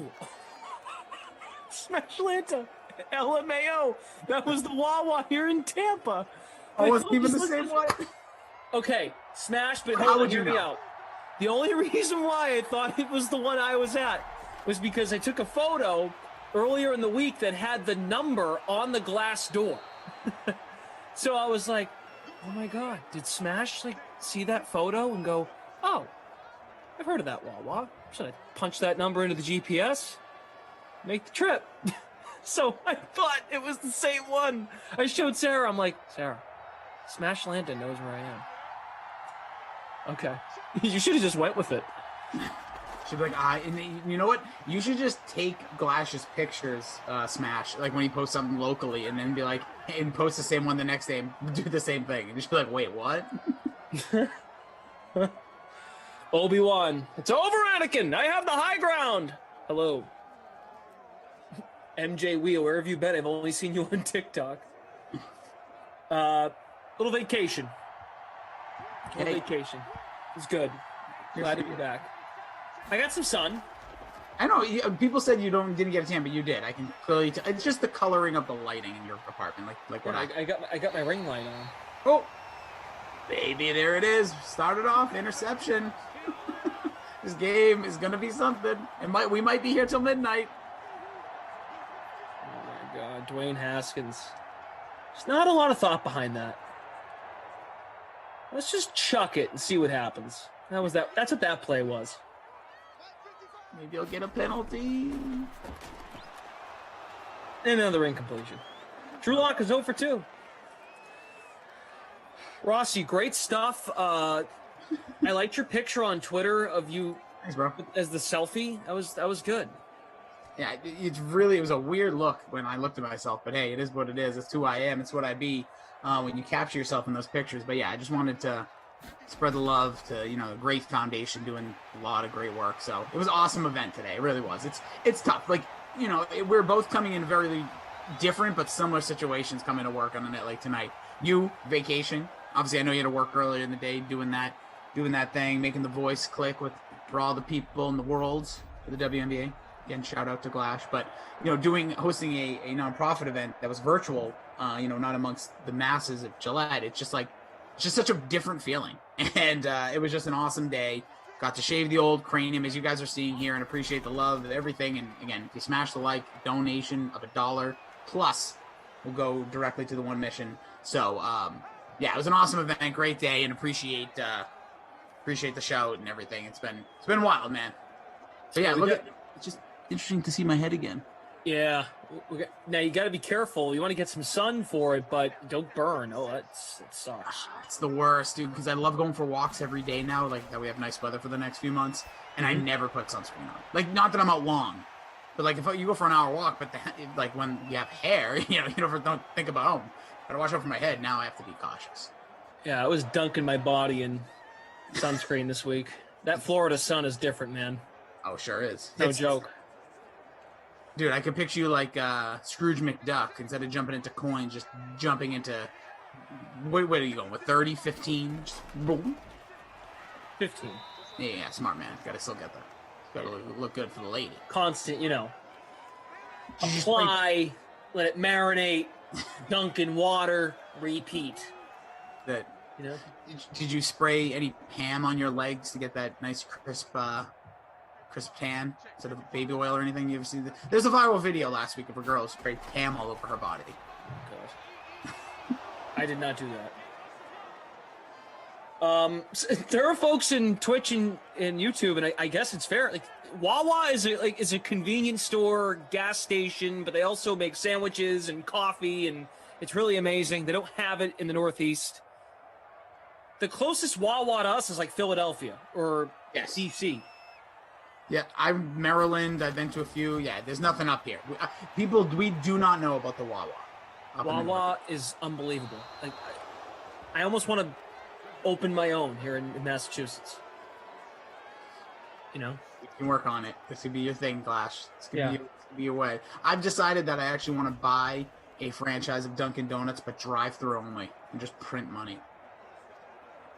Wow. Don't come in my store. Don't interact with me or my people. Just drive. Two-way drive-through. I got to find the location. I'm going all in. Retirement fund. Another punt. This sim is living up to. At least we came in with the expectation that it's going to stink, right? Like, at least we're not shocked. Must be. It's good to see you. How you doing, Must be? Must be. Must be Husky. Oh, that's right. Cam Newton hurt himself. He hasn't been practicing this week. None of my takes have changed anything. The only thing that happened when I was gone was Julio got traded. Yeah, we actually had that it was a week ago today. Me and Koff, we did a whole little thingamajig on that. Dropped them in the DraftKings socials as well. Wild. Wow. He is Tennessee bound. Rossi, we're only 24 likes away from 300. We're moving. Oh, let's go. I love it. Love to see it. Appreciate it. Everyone, again, every time a thumbs up hits that YouTube, $1 goes into the donation towards the One Mission Buzz Off for kids with cancer. And again, if you guys do text that number, you can see the thing that breaks down here, Glash, I love about these guys, is that it shows you what your money goes towards. $10. Guess what? That family that has to go in for their daughter or son's cancer treatment pays for their parking.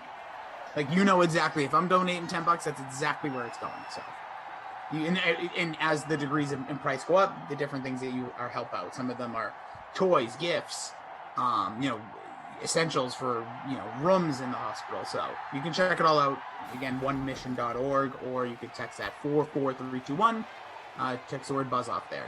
Woo! Whoa! Jerry McLaurin! Yards!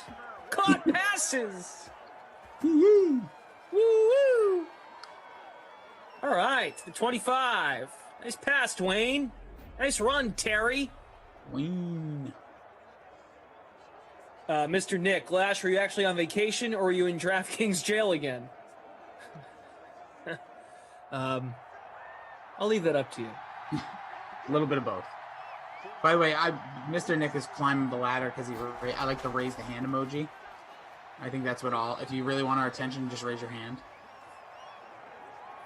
Producer Jordan's with us. We also have Andrew on the ones and twos. Jim, hey Jim! Jim from the Game Ops team is here. So I did send some photos to Emerson because Emerson is always asking about my hairy nipples. And yeah, they do need a trim. They really do. So I see nipple talk in the wow, that feels really wrong to say. We'll just pretend this isn't my comeback. We'll say I'm back tomorrow, so I can get away with more stuff. But yeah, they do need a trim. Got to get those little mini scissors out they use at the barbershop and snip, snip, snip. It's due. Anyway, just trying to address what the people are talking about, Rusty, in the chat. Hey, listen. We've all been thinking about your hairy nipples all week, so let's be honest. I appreciate you bring them up. First and goal. Dude, your nipples have more hair than my head right now. So. Would you like to borrow some? I might need it. You ever see Jackass, the second one? Oh, my, yes. The prank at the end? Oh, God, yes. Unreal. The prank, it was like a prank on a prank. Yeah, seriously, it was a prankception. Hi, Elisa. How are you? Good to see you. Jeff Duke, Rich. What's up? Quarter break. Brother Phil. Hey, Brother Phil. Yeah, got to get it done, Brother Phil. Yep. Or just keep your shirt on. No, you know what? Here's what I'd like to say. In all honesty, let it all out. Whatever we are people. Don't, if you want to work on something, work on it. But you got a little hair some places, all good. A little chunky down there, don't worry about it.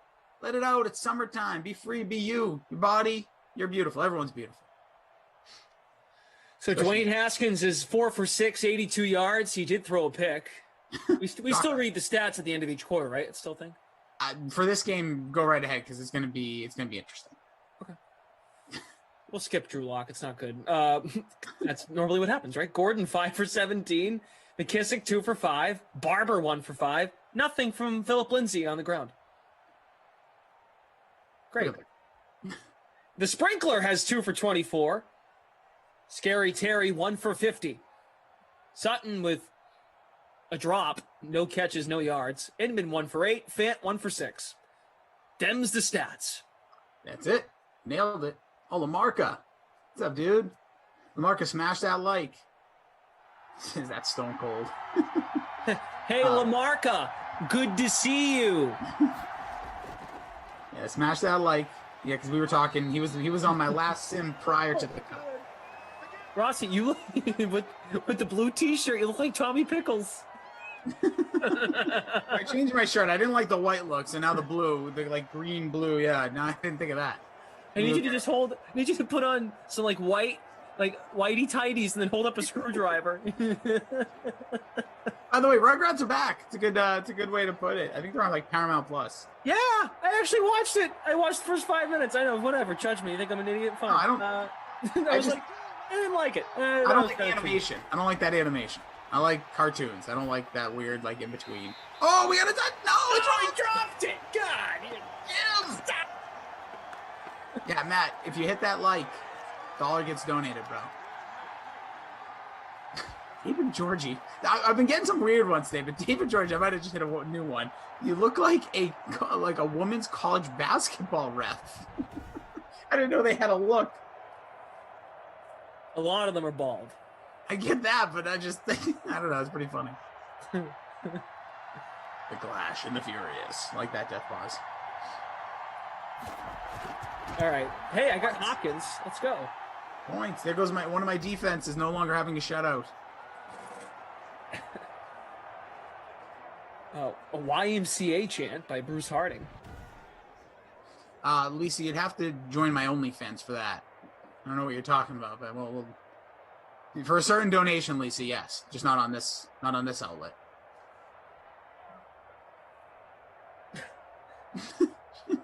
I don't know if that's exactly what she meant, but I take that word. We've got about 250 watching on YouTube. Twitch fam is strong, up to 40 folks. Love it. Jody says, my dude looked cool, though. Is this the new thing? No cap? Like, no lie? No cap? And he is so confident about it. Is he talking about me? I think so. But does he mean no? Does no cap mean no hair? No. Like, cap is like the new word for like no lie. Oh, okay. Like, no cap. You look cool. You look good. Thanks, man. I appreciate that. Bang. Yeah, please confirm. Can folks confirm?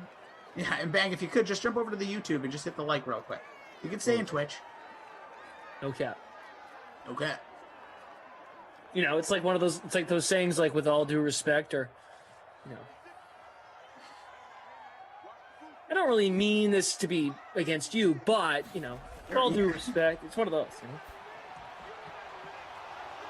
you know. CJ71, oh my, Glash is lost after time off. What do you mean? What are you talking about? It's the same Glash. You could have been here for 7 straight days or gone for 7 straight days. Yeah, all right, Kevin Harris, thank you. No cap is the young generation's horrible saying. Yeah. Well, I'll take your horrible saying as a compliment. Appreciate it. Fantastic. Here's Drew Lock on 3rd and forever. Of course it's not a first down.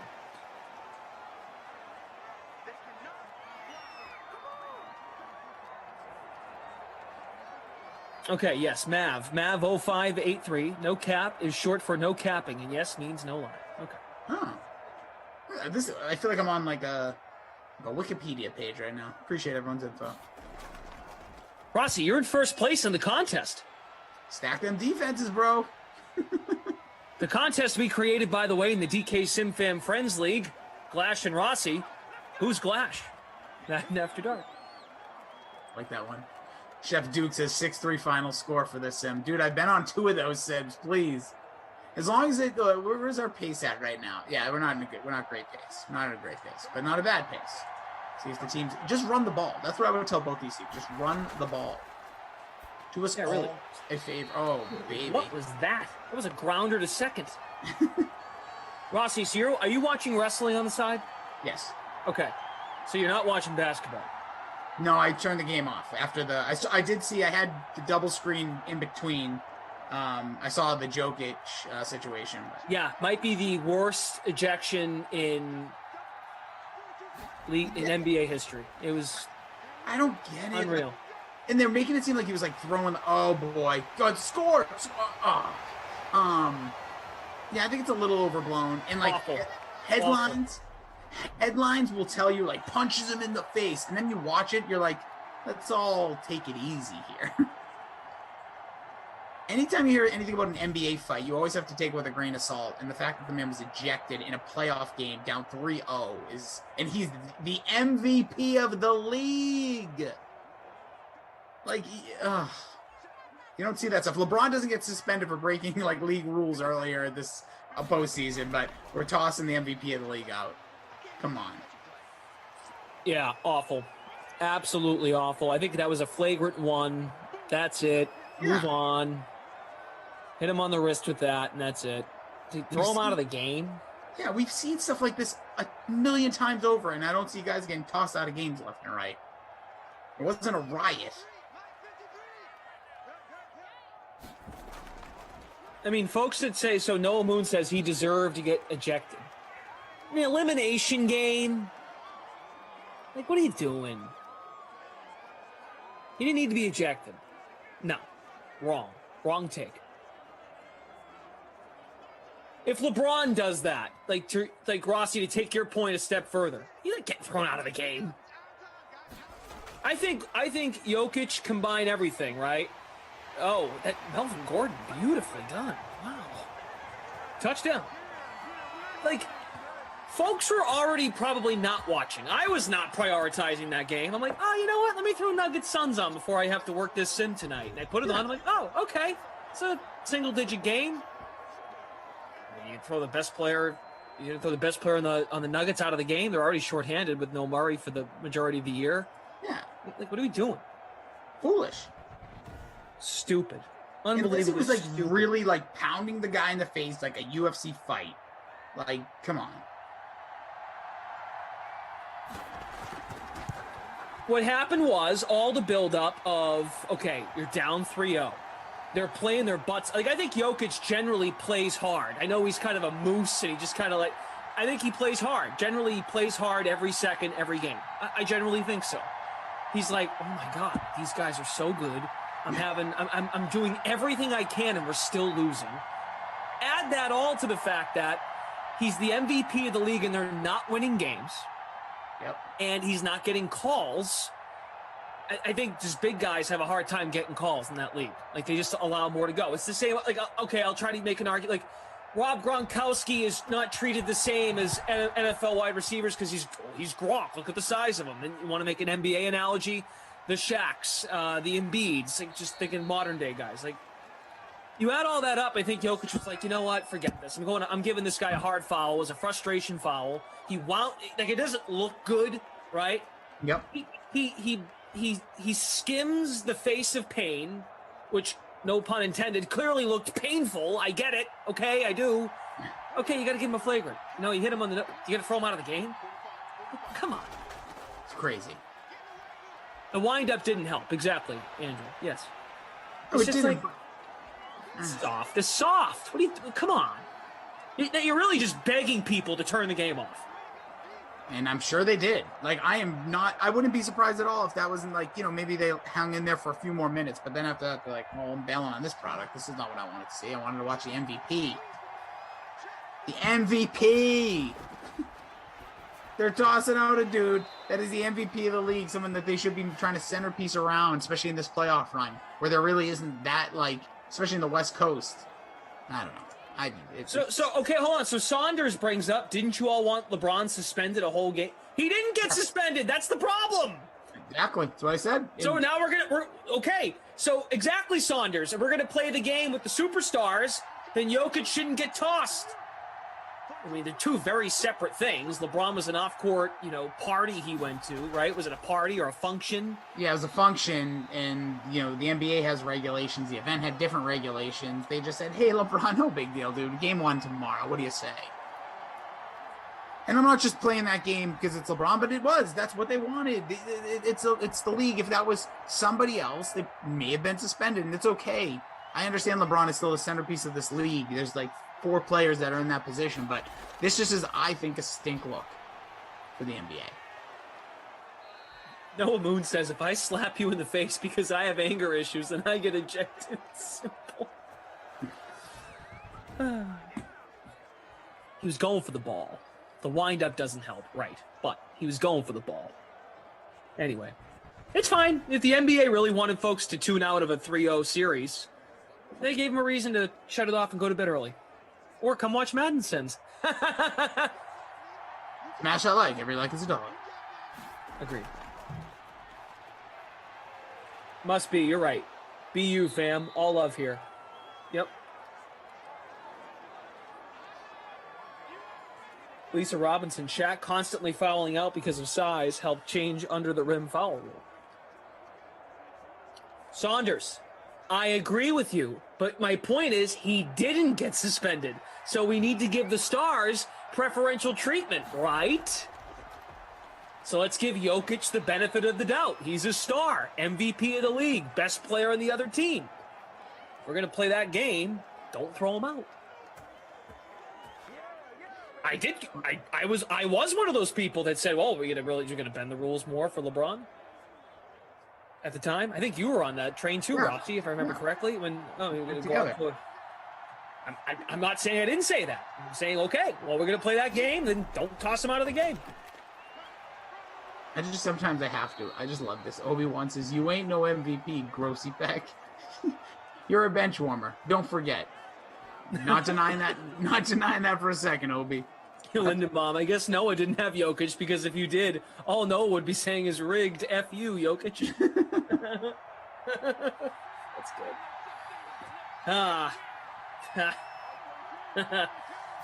That's a good point by Rich Sharp. He says you have to look at intent, and Joker's resume is not like that. True. Right. I think I heard Kevin Harlan and Reggie Miller were saying it on the broadcast. He's had, only 3 flagrant fouls in his career, and I know it hasn't been a long career to this point, but it's still pretty good. No, but think about that for a big man in like a league that isn't overly physical, but with like guys driving through and never just like grabbing a guy or taking those fouls, like that is pretty impressive. By the way, 7 away from 300 likes. 7 away from $300 being donated. Come on. Smash them likes, baby. We're only going to be here for another hour and 48 minutes. Just kidding. I was hoping to just quickly Google search Jokic flagrant foul history, and now it's just bringing up everything that happened tonight.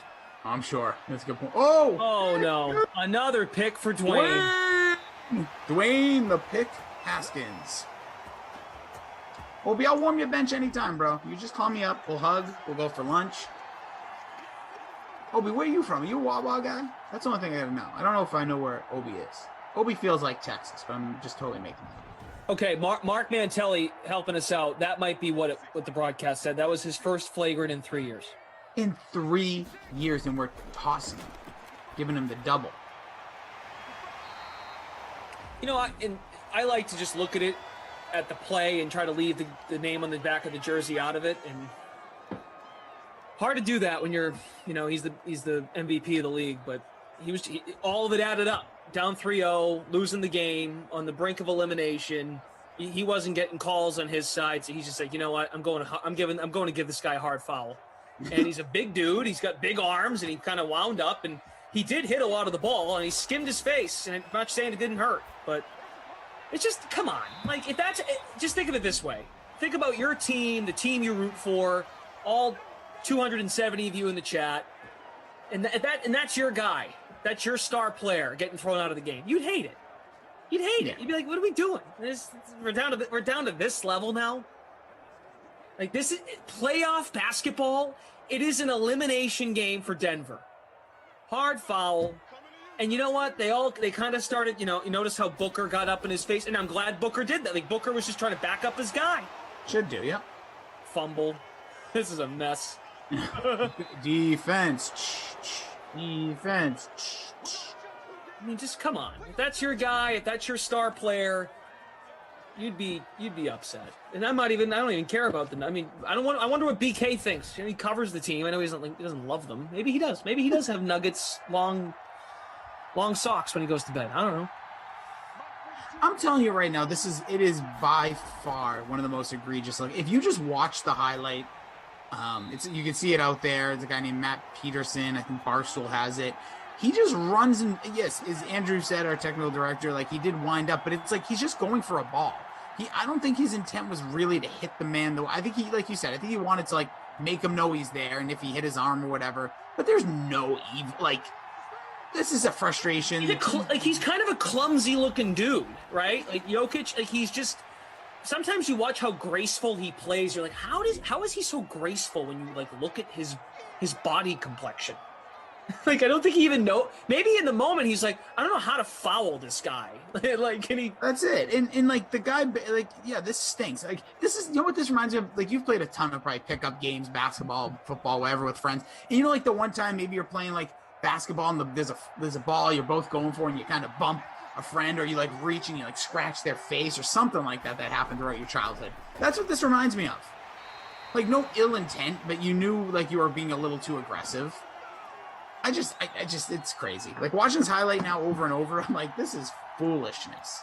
And you know what? The only reason that anybody from Denver should have been ejected is those horrible uniforms, because Denver never stays, convenient with those unis. Like, I can never, what are this, the Cavaliers? Oh, I hate those names, man. Congo Cab says Joker hugged the guy before he left. Of course he did. I don't think he's not a bad guy. He was just a, yeah. He probably had no intention. Playoffs. Sad. This is what we got to talk about now. Was it intentional? It's like, well, no. I mean, like, there's a hard foul, and even if it was, like, we move on. But still, like, you throw the guy out of the game, and like, it's kind of crazy. And you know what? It's the folks in New York that review that, so it's really the folks that look at it. The NBA offices, they got it wrong.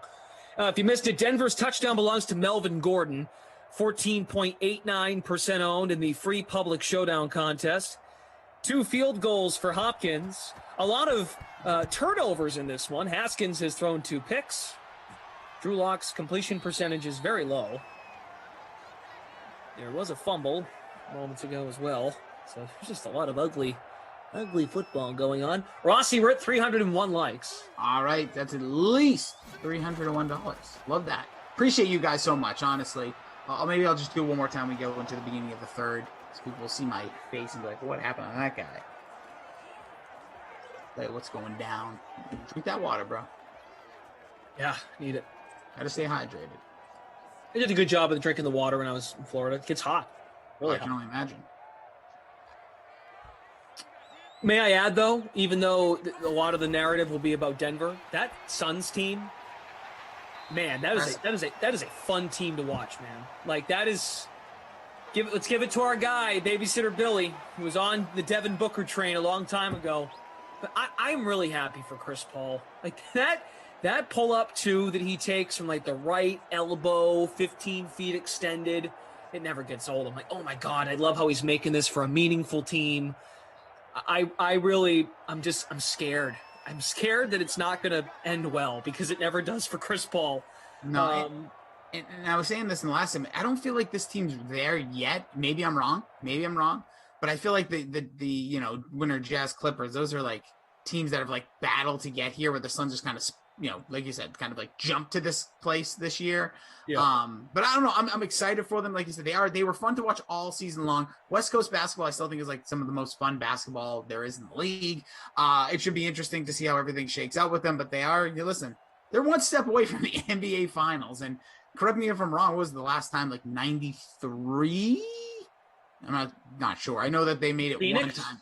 Phoenix lost to the Bulls in one of those, the original. When Barkley was there. Yeah. Yes. Because those teams with Nash and Stoudemire, Marion, they never got to the Never could do it. Nope. They had a couple MVP years for Nash, but never got there. Never could get over the hump. Couple of Western Conference Finals, but never got to the promised land, or never played in the finals. No, sir. Had those Lakers teams there and Spurs. So we'll see. A lot of fun. A lot of great stuff going on everywhere. It's pretty fitting that Rossi is winning the contest because of his charitable efforts today. It really is sensational. Well, I appreciate that. I am donating money, but I will say this. To think about it, I saved $6,400 in DK bucks to make this lineup that's currently in first place. Left it aside because I stacked the defenses. But I will say again, appreciate you guys. Keep smashing that like. Every dollar is going to go to the one mission for kids with cancer. Event I hosted today. That's why I shaved my head, shaved everything. I pulled the anti-glass, shaved everything but my eyebrows. So if you guys want to get involved, you can either donate directly, which would be awesome. I know we had some folks earlier doing so. I'll put it in the chat right now. You can text Buzz Off to 44321 if you want to. It tells you exactly where your money goes, or just smash the like button. I'm going to take the smash of the like, take $1 and put it right into the one mission's funds. We're going to do that tonight. I'm going to, like you said, we've passed away. I see 3:05 right now. We still have a second half here to play football. So be awesome if you guys can keep hitting it. Tell a friend. Don't come in here. I know we joke about it. Sometimes we don't tell our friends where we are when we're in Simland because they're probably thinking strangely, but don't be afraid. Go ahead and send them our way. Smash the like and tell them to go on with their day. Ernest says, love the look, Rossi. Nice. Thanks, Ernest. Must Be says, wow, this idiot is learning basketball. Congrats, Glash. Thank you. It's not very nice. Yeah, it's okay. And I also must say, I don't really like when people pretend like, oh, you're only good at one sport, not you. Like, I worked with, Lou Merlone, who was a former Red Sox player for years, and all anybody would ever say is, I can't take that guy seriously when he's not talking about baseball. Oh, it's not really fair. You know what I mean? Like, if you do anything, if you talk about any, a wide variety of sports for a living, you're clearly going to pick up things, whether it's a sport people want to admit you like or not. And you know what? All you have to do is have a couple opinions. I've never liked that. ESPN's full of players that are now ESPN's at a point where gosh, they'll go to guys for certain sports. But back at I remember when I was a little younger, there would be guys that would talk about all sports. And they'd be a former NBA guy talking about the NFL or baseball. It's what am I supposed to not take him seriously? No. First of all, don't like that. Talk about what you like. I have some thoughts on that. So, number one, I think it's really important, especially for the young ones coming up, you have to have versatility. You got to be able to do multiple things. It makes you more valuable, right? That's kind of obvious. To make yourself more valuable as a candidate to do the sports media thing, you have to be versatile. At the same time, though, if you are a Lou Merlone who did play professional baseball, you're going to probably be asked to do a majority of your segments on basketball. I'm sorry, on baseball. Yeah. So he probably will just spend a lot more time on that and not maybe showcase what he might be able to offer elsewhere as often because he's getting paid to do the baseball thing. Well, just because you have to be, if you're getting paid to do something specific, you just got to do your job and do your job as best as you can to your ability, right? But then if someone says, hey, we're going to give you a job to start talking about this, well, to your point, I'm sure someone would just say, okay, I will put my arms and legs around it and cover this as much as I possibly can and deliver takes. Might not be as good as the baseball stuff, but I'm going to try. Yeah, absolutely. And like my guy Obi-Wan says, who am I? Who are any of us? Obi-Wan, who are any of us? Just human beings trying to do the best we can in life, Obi. Where are you from, Obi? I need to know where you're from. You don't have to tell me your hometown. Just tell me your state. So one day we're going to get together. We're going to hash it all out. We're going to hug. We're going to take selfies together. You're going to rub my head. It's going to be a blast. Death pause. Ref. That was intentional. The Joker. Do I look like a guy with a plan? Oh, real quick. Speaking of the Joker. Yes. Not Nikola Jokic. I watched the new Joker on the plane. I had not seen it yet. Yeah. Dude. Joaquin Phoenix. Bravo. Holy crap. That was good. That was... I still think Heath Ledger, set the bar. But that's maybe because of the order. I'm well, I saw the Heath Dark Knight version first, but man, that was fantastic. I now understand why Phoenix won all those awards. It was good. Yeah, the movie is insane. It's very sad too. Like it's kind of like the undertone of the. Oh wait a second, Glash. Woo! Go! Look at this. Go! Oh no! He got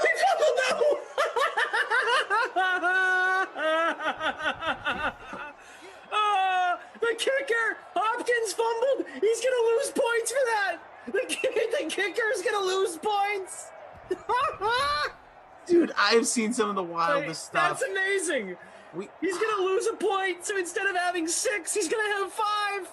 Dude, we have seen some insane plays. Instead on of 7, he's gonna have 6. But it doesn't matter. That is amazing.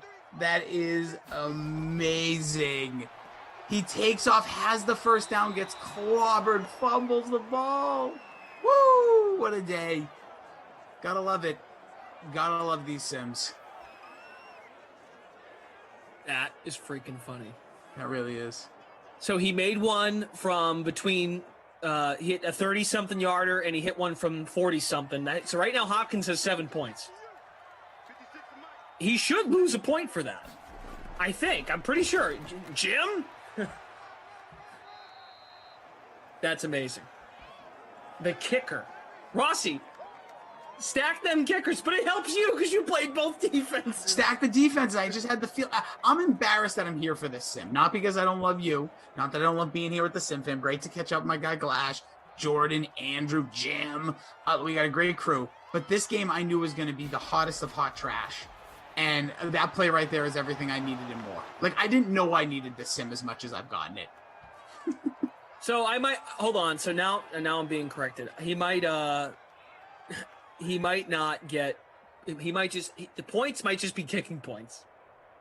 Okay, we'll find out. Yeah, well, once it all settles, because you know why? I don't even know if when all the things that have been set up here in Simland, the Godfather, Zach Thompson, and everybody, did we ever think, hey, what happens if I kick? Oh, look at that. It's true. And the chat is saying this. The chat makes a good point. He ran like 10 yards with the ball, so he should get. Does he get rushing yards? He might not. He does not get the rushing yards. Oh, that is brutal. What? This is only in Simland. Do we have to talk about this? And not only that, Glash, only in a football team versus Broncos game, which is legit 7-6. We still have a quarter and a half to go. Strap it in, folks, because this is gonna be a bumpy ride. What the hell? Silly kickers. So I've seen recently, I think Andrew, you were with us. There was a fake field goal in it was the backup quarterback threw a pick 6. This has been unbelievable. DraftKings says, yeah, there was a fake months ago. The kicker threw a touchdown pass, didn't get the points. Okay. So yeah, it's just kicking points for the kickers. That's lame. Yeah, it's like that time Vinatieri threw a touchdown way back in the day, and I had him as my kicker. The game against the Rams, he threw a screen pass to Troy Brown. I want to say this had to be in like 04 or something. I agree completely with Rich Sharp. I mean, I have to agree. I can't leave. But the game is so bad, it's actually a pleasant one to watch. I'm enjoying it. I want all hell to break loose. Yeah, let's see more crazy stuff and keep the defenses going. True. Rossi's still in first place. Come at me, bro. Smash that like button. This has nothing to do with the sim anymore. It's just all about raising funds for kids. The kids, man. Tyler Toms, 33.67 points without kickers or DSTs. Crying emojis. And Germ knows it. Yeah, these guys Twitch fam knows all about the rules. Yeah. Sorry, guys. We get overly excited. I start like, oh, what about the point? Did you want the point? It's like, all right, take a deep breath and look at your little cheat sheet. Make sure you got it right. And I didn't get it right. So. Cancel me. I was canceled for a week, so anyway. 7-6 is our score. Late in the third. Dealt fish. Yeah, we do. Here we go, defense. Here we go. Shut. Lisa Robinson. I want to see a flea flicker. I want to see it all. I have never seen a flea flicker in Sims. Nope. Well, I definitely haven't done a legit flea flicker. I've seen like a bounce off of one player and go to another. Oh, I guess you're in second now. Scotty. Oh, no. Scotty Too Hottie has slid up first. Who did he have? How did he jump? I'm not even gonna. I guess. How did he jump you? Yeah. What did he do? Who does he have? Let's see. Well, he's got McKissick, and you do not. Yep, that'll do it. That'll do it, big. Right? Yeah, you don't have. Nope. Scotty doesn't know. I just want Haskins to keep throwing it. I just want interceptions. I just want to see like 4 more interceptions. So 20 Washington defense 36% owned in our contest. That's a lot. That is a lot. Because people know how bad. And here's the thing: Denver's defense has 17 points. They are 7.11% owned in the contest, our contest. Andrew Robertson, how can a customer find a detailed breakdown of stats for each Madden sim? Now, if you're looking for game logs for players, if you're in the game center right now for your contest, if it's a paid one, if it's the free one, if you just click on the player, go to at a glance, you can see game log, you up and down, you see all the recent matchups. It goes back like at least almost 100 matchups. Yeah. 100 games for that player that you can look at game logs. We don't have game box scores posted anywhere. Like, where were you on June 13th, 2020, when the Patriots played against the Carolina Panthers in sim number 4 of the day? I mean, we don't have box scores. But we have, game logs and stuff. Yeah, and there's so much things you can check out. Yeah, like you said, the playbook, the Madden Sims info page. There's places you can find stuff. And then, you said, right there on the app or when you're making your lineup. Luke Murphy says, it really makes my day when I see him winning 10 cents. Brightens my mood emphatically. Nice use of emphatically. Go get him, Luke. An emphatic slam. Luke, I hope you win that 10 cents, bro. You know what? For you, hope it's 11 cents. We are speaking about up to $312 with 312 likes right now. 1 minute left. Let's see. Must be dogs. Excellent point, and kind of off of Rossi's point as well, since we are simulating the entire 2021 NFL schedule. When you do go to the info page, you will find the standings that we are keeping for each team's 2021 schedule. These two teams are not good, not off to a good start. Long way to go. Broncos are 1-6. The football team is 2-5, but you can see points for, points against, points allowed, and then point differential. So that's kind of helpful if you look at point differential, especially for rostering a defense potentially, or both, or leaving $6,400 in the bank to set your lineup. That's a good. I forgot about the amount of money you saved. Saved a ton of money by switching to Geico, but also by literally, listen, my lineup, which is still second place, it's McLaurin in the captain, Sutton, Sprinkler, Hamler, and then I got the 2 defenses. Hamler's doing absolutely nothing, and so is Sutton, because the offenses have been putrid, just as we expected. Luke Murphy says, thanks, Rossi, you're the best. Koff is here. Koff says, up over 300, you're awesome. Yeah, Koff is part of pushing the likes for dollar donations, so we're rocking it. So is Koff donating $314? I don't know exactly. I didn't put him to the dollar amount, but he's gonna be putting some up as well. Well, I mean, I think he has it from just NBA contests alone. Well, I'm not judging anybody. I'm not gonna. Normal days. At least you could do. I would poke fun on normal days, but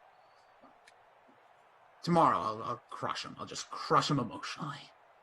All right, let's look at stats. Haskins is 12 of 23, 195. Stats. 2 picks. What? You made your point. And True Lock is 7 of 15. Look at it. 7 of 6. It is 7 of 6. Kissick, 45 yards. Woohoo! Oh, McLaurin's got 4 for 99. All right. 1 away from 100. That's the bonus. Sprinkler, 3 for 35. Rossi, are you going to put oil on that now? Like, daily? No, I finally actually did shower in between sims. So I don't know what I'm going to do. I don't think I'm going to put oil. to be honest. I don't know why I would put oil, but it's pretty shiny already.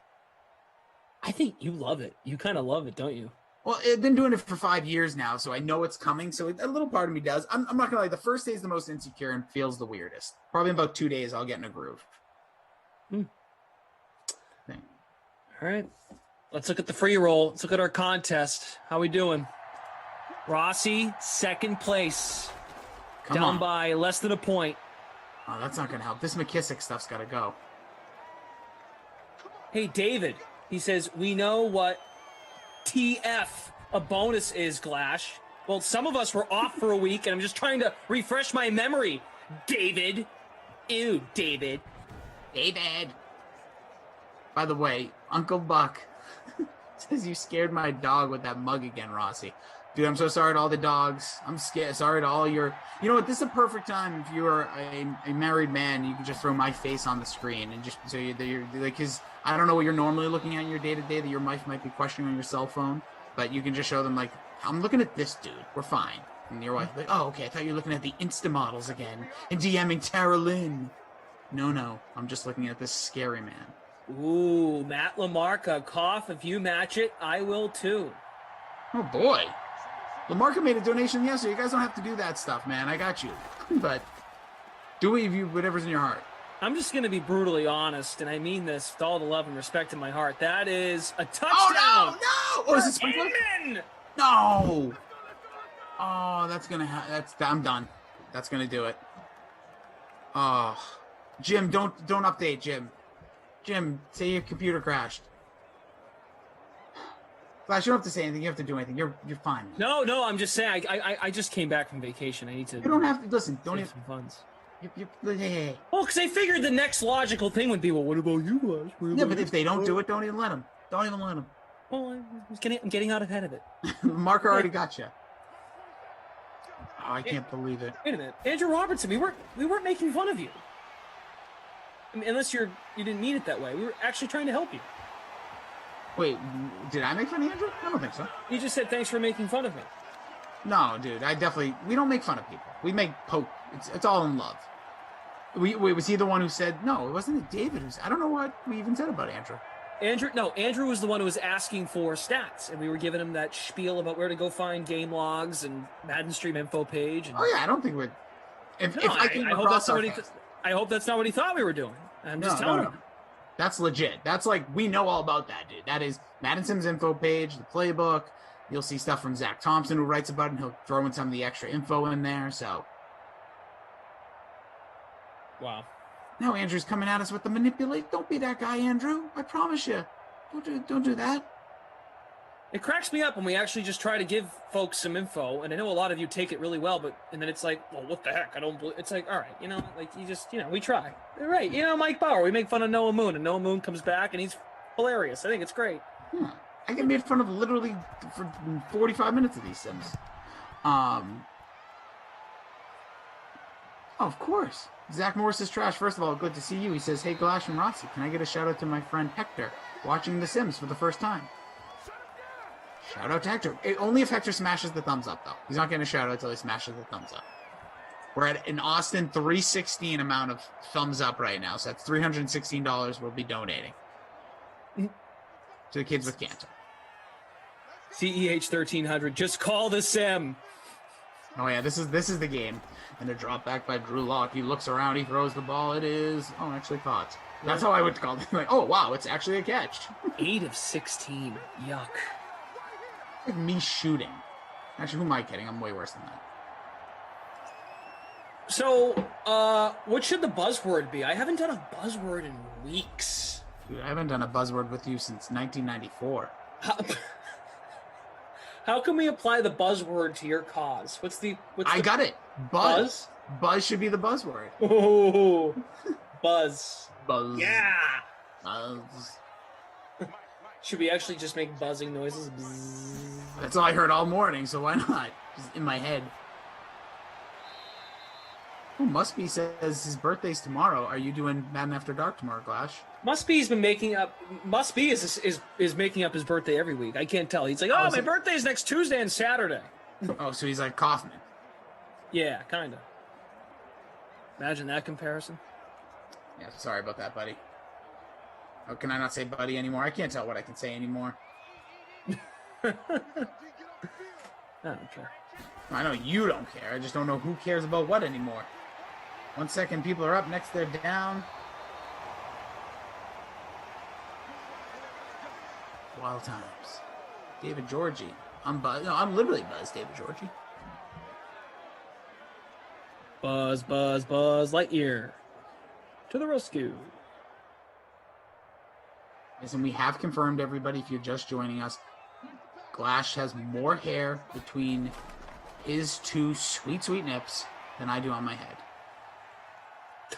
Getting confirmed. Actually, I definitely do. I have way too much. I was being told the other day, and you know, you're a man of fitness, looking good, keeping it real. Have you ever shaved your chest, Glash? Yes. Now, people say, so you would know, because you have a little hair now, looking good down there. I saw the lettuce. But do you believe your body looks more defined without hair than it does with hair? He's pondering. Without, I think. Okay, so that's what everyone was telling me. When I go, there's one guy who's like, dude, shave your chest, you'll look better. I'm like, no, I look like the Stay Puft Marshmallow Man, dude. Like, take the hair off, then I don't even think I'm gonna look like a man. He's like, no, trust me, you'll look more defined with it. Now you're backing up his theories. Wait a minute. First time playing Fortnite. Will Glash buzz his nipple hair for the cause? I could go right now and grab the buzzer. Oh, we gotta get 500 likes. Let's go. I want to be giving my hard-earned money to this amazing foundation. I can go like this. Whoop, whoop. Done. I want Andrew to put a blur effect on it. Oh, what a day. 12-7.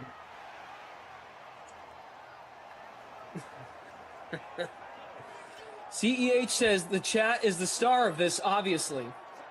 Which is very true. You guys always are the stars. Like, don't even pretend. At the same time, if you're going to say if you read everything, you will get offended. Well, I have to read it to know. So here I am. I'm reading it. But CEH is here all the time. David, that was a good joke earlier. Tyler asked me, can you say grow up? Is that like a joke saying that I'm a child? I am who I am, man, and I ain't ashamed of it.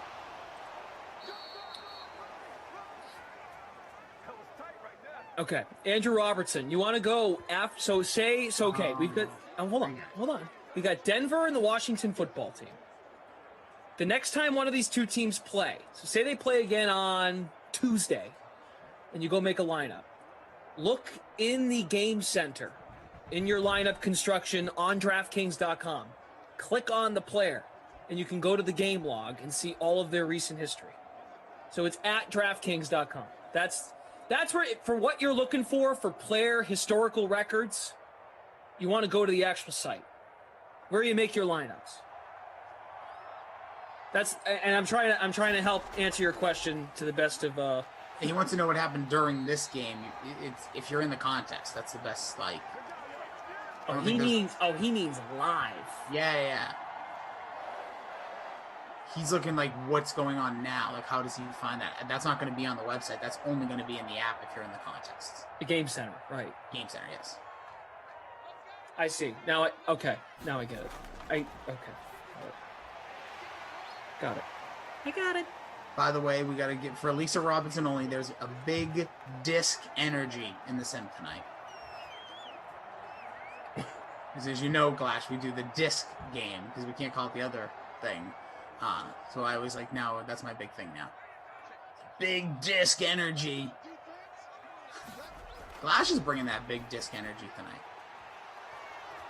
All right. Buzzword is in less than a minute. The big disc buzzword.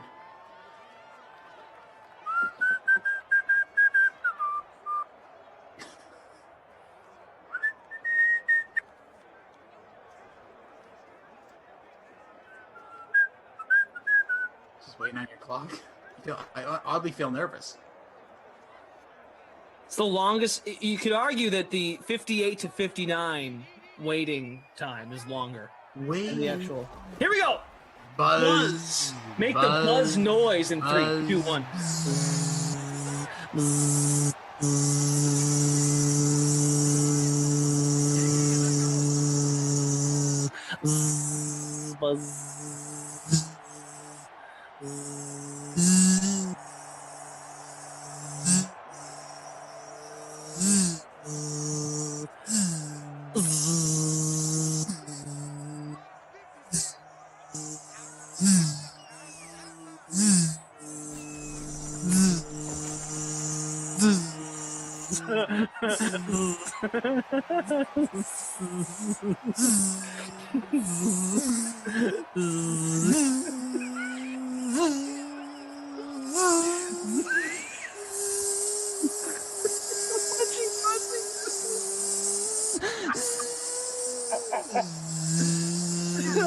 Okay.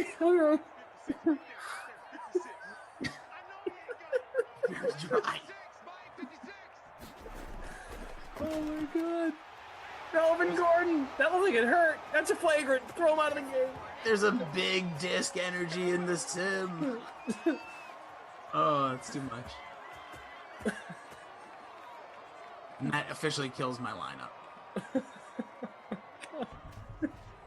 I wish we could, it was a long time ago, but when we did we'd have the guest commentators. We had Spice Adams on. We had, whatever. I'll use Spice as an example. And they put our little video of us like on camera at the bottom of the sim the whole time.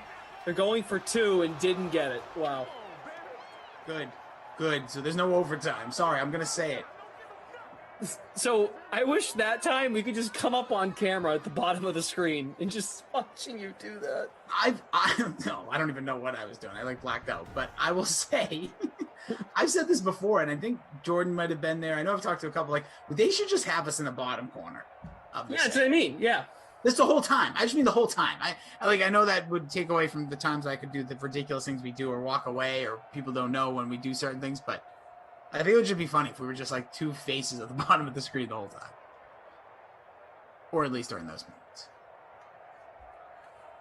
Rich says that's the flies flying around this crappy game. They were, man. But no, we've hit at least over 20 points, so I'm gonna give it's not a complete dumpster fire. Ken, who scored? Melvin Gordon. He scored twice for Denver. By the way, he's going to be your Brendan Glasheen buzz player of the game. I'm already calling it. Don't care what happens from here on out. Yeah, man. It was a good story. You were in 20. Now you're in 29th. I know. The defenses were happening, and then it's all falling apart. It was a good run, though. Right now, we're at 324 likes. Come on, baby. Let's see if we can hit that 330. Again, every like gets $1 donated to the One Mission for kids with cancer. So if you can do it, it'd be awesome. Meager 66, LOL, OMG. I remember the sim where you guys were on screen the whole time. People hated it. Well, because you could, if you were in the lower left corner, you could miss a receiver running a route. Oh, yeah. I don't want to be over the game, but yeah, I get that.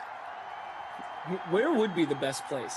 Up by the score on both sides of the score. My face right next to the where it says 20 seconds left on the play clock. Yours up where it says 3rd and 9 right now. That's not a bad idea. Whatever side behind the quarterback, if you could alternate sides. No worries, Tyler. I didn't think you were. I was joking with you anyways. You can tell me to grow up. I need a lot to learn. Every day I'm growing, baby. Not literally growing because I'm still 4'6", 348 pounds, but getting there. KNut 67, first place. If you're here, say hi. Mark is in second. Mark's in the chat. What's up, Mark? 328 on the likes, Glash. We are 2 away, baby. This is awesome. We were only I don't remember when Koff said it. Oh, nice. 4th and 4. He throws a 30-yard pass, and that's it. That should be the game. Yeah, but there's enough timeouts here to stall us to death. Yeah, it's gonna suck. I appreciate someone else saying it for once. See, here comes just 1 first down. Just run the first, Melvin. You've already in the Not My Kid award. You know what? It's gonna go to Dwayne Haskins because for some reason he was owned high enough. I know he threw a touchdown, but he still stinks. Unless he's in this winning lineup. Hold on. Yeah, he was 45% owned. He threw 2 picks, no touchdowns. Yeah, he only 11 points. I could go with the sprinkler too. Not my kid? No, I'm going. Yeah, Haskins. It's gonna be Haskins. I don't know. I thought, what has Sims done? Why was he owned? I'm not going to argue this all day. Who cares, class? We're going to go with Dwayne Haskins because I don't. You're the one who pointed out they're going to be taking timeouts and ruin our lives. So we got time to talk about it. I'm going to tell you other thing. I want to hear stories about your Pam spraying legs. There was not enough pictures of you posting with the legs hot dogs. Oh right, I know, but I've got hairy legs. Doesn't matter. That's the joke. Sims had 3 for 29. Sprinkler had 4 for 40. Must be, I don't know what you're saying, but I love you. I actually went to Jacksonville for a day. So I went to Emerson's hometown. Just a small town boy. That's cool. Jacksonville, home of AEW. So did you see the stadium? Did you drive by the stadium? No, actually, we went to a restaurant near my buddy's place. Ooh. My buddy works for the team, works for the Jaguars. Oh, very cool. Yeah, he does public relations. So, went down, visited him. Sarah was with me on this trip, by the way, for those of you wondering. Sarah was there. You guys must have had a great time. Yep, then there was a day when I thought this is how the sim started. I thought Smash Lanta was stalking me, but as it turns out, he really pranked me. He was actually in Tampa the whole time.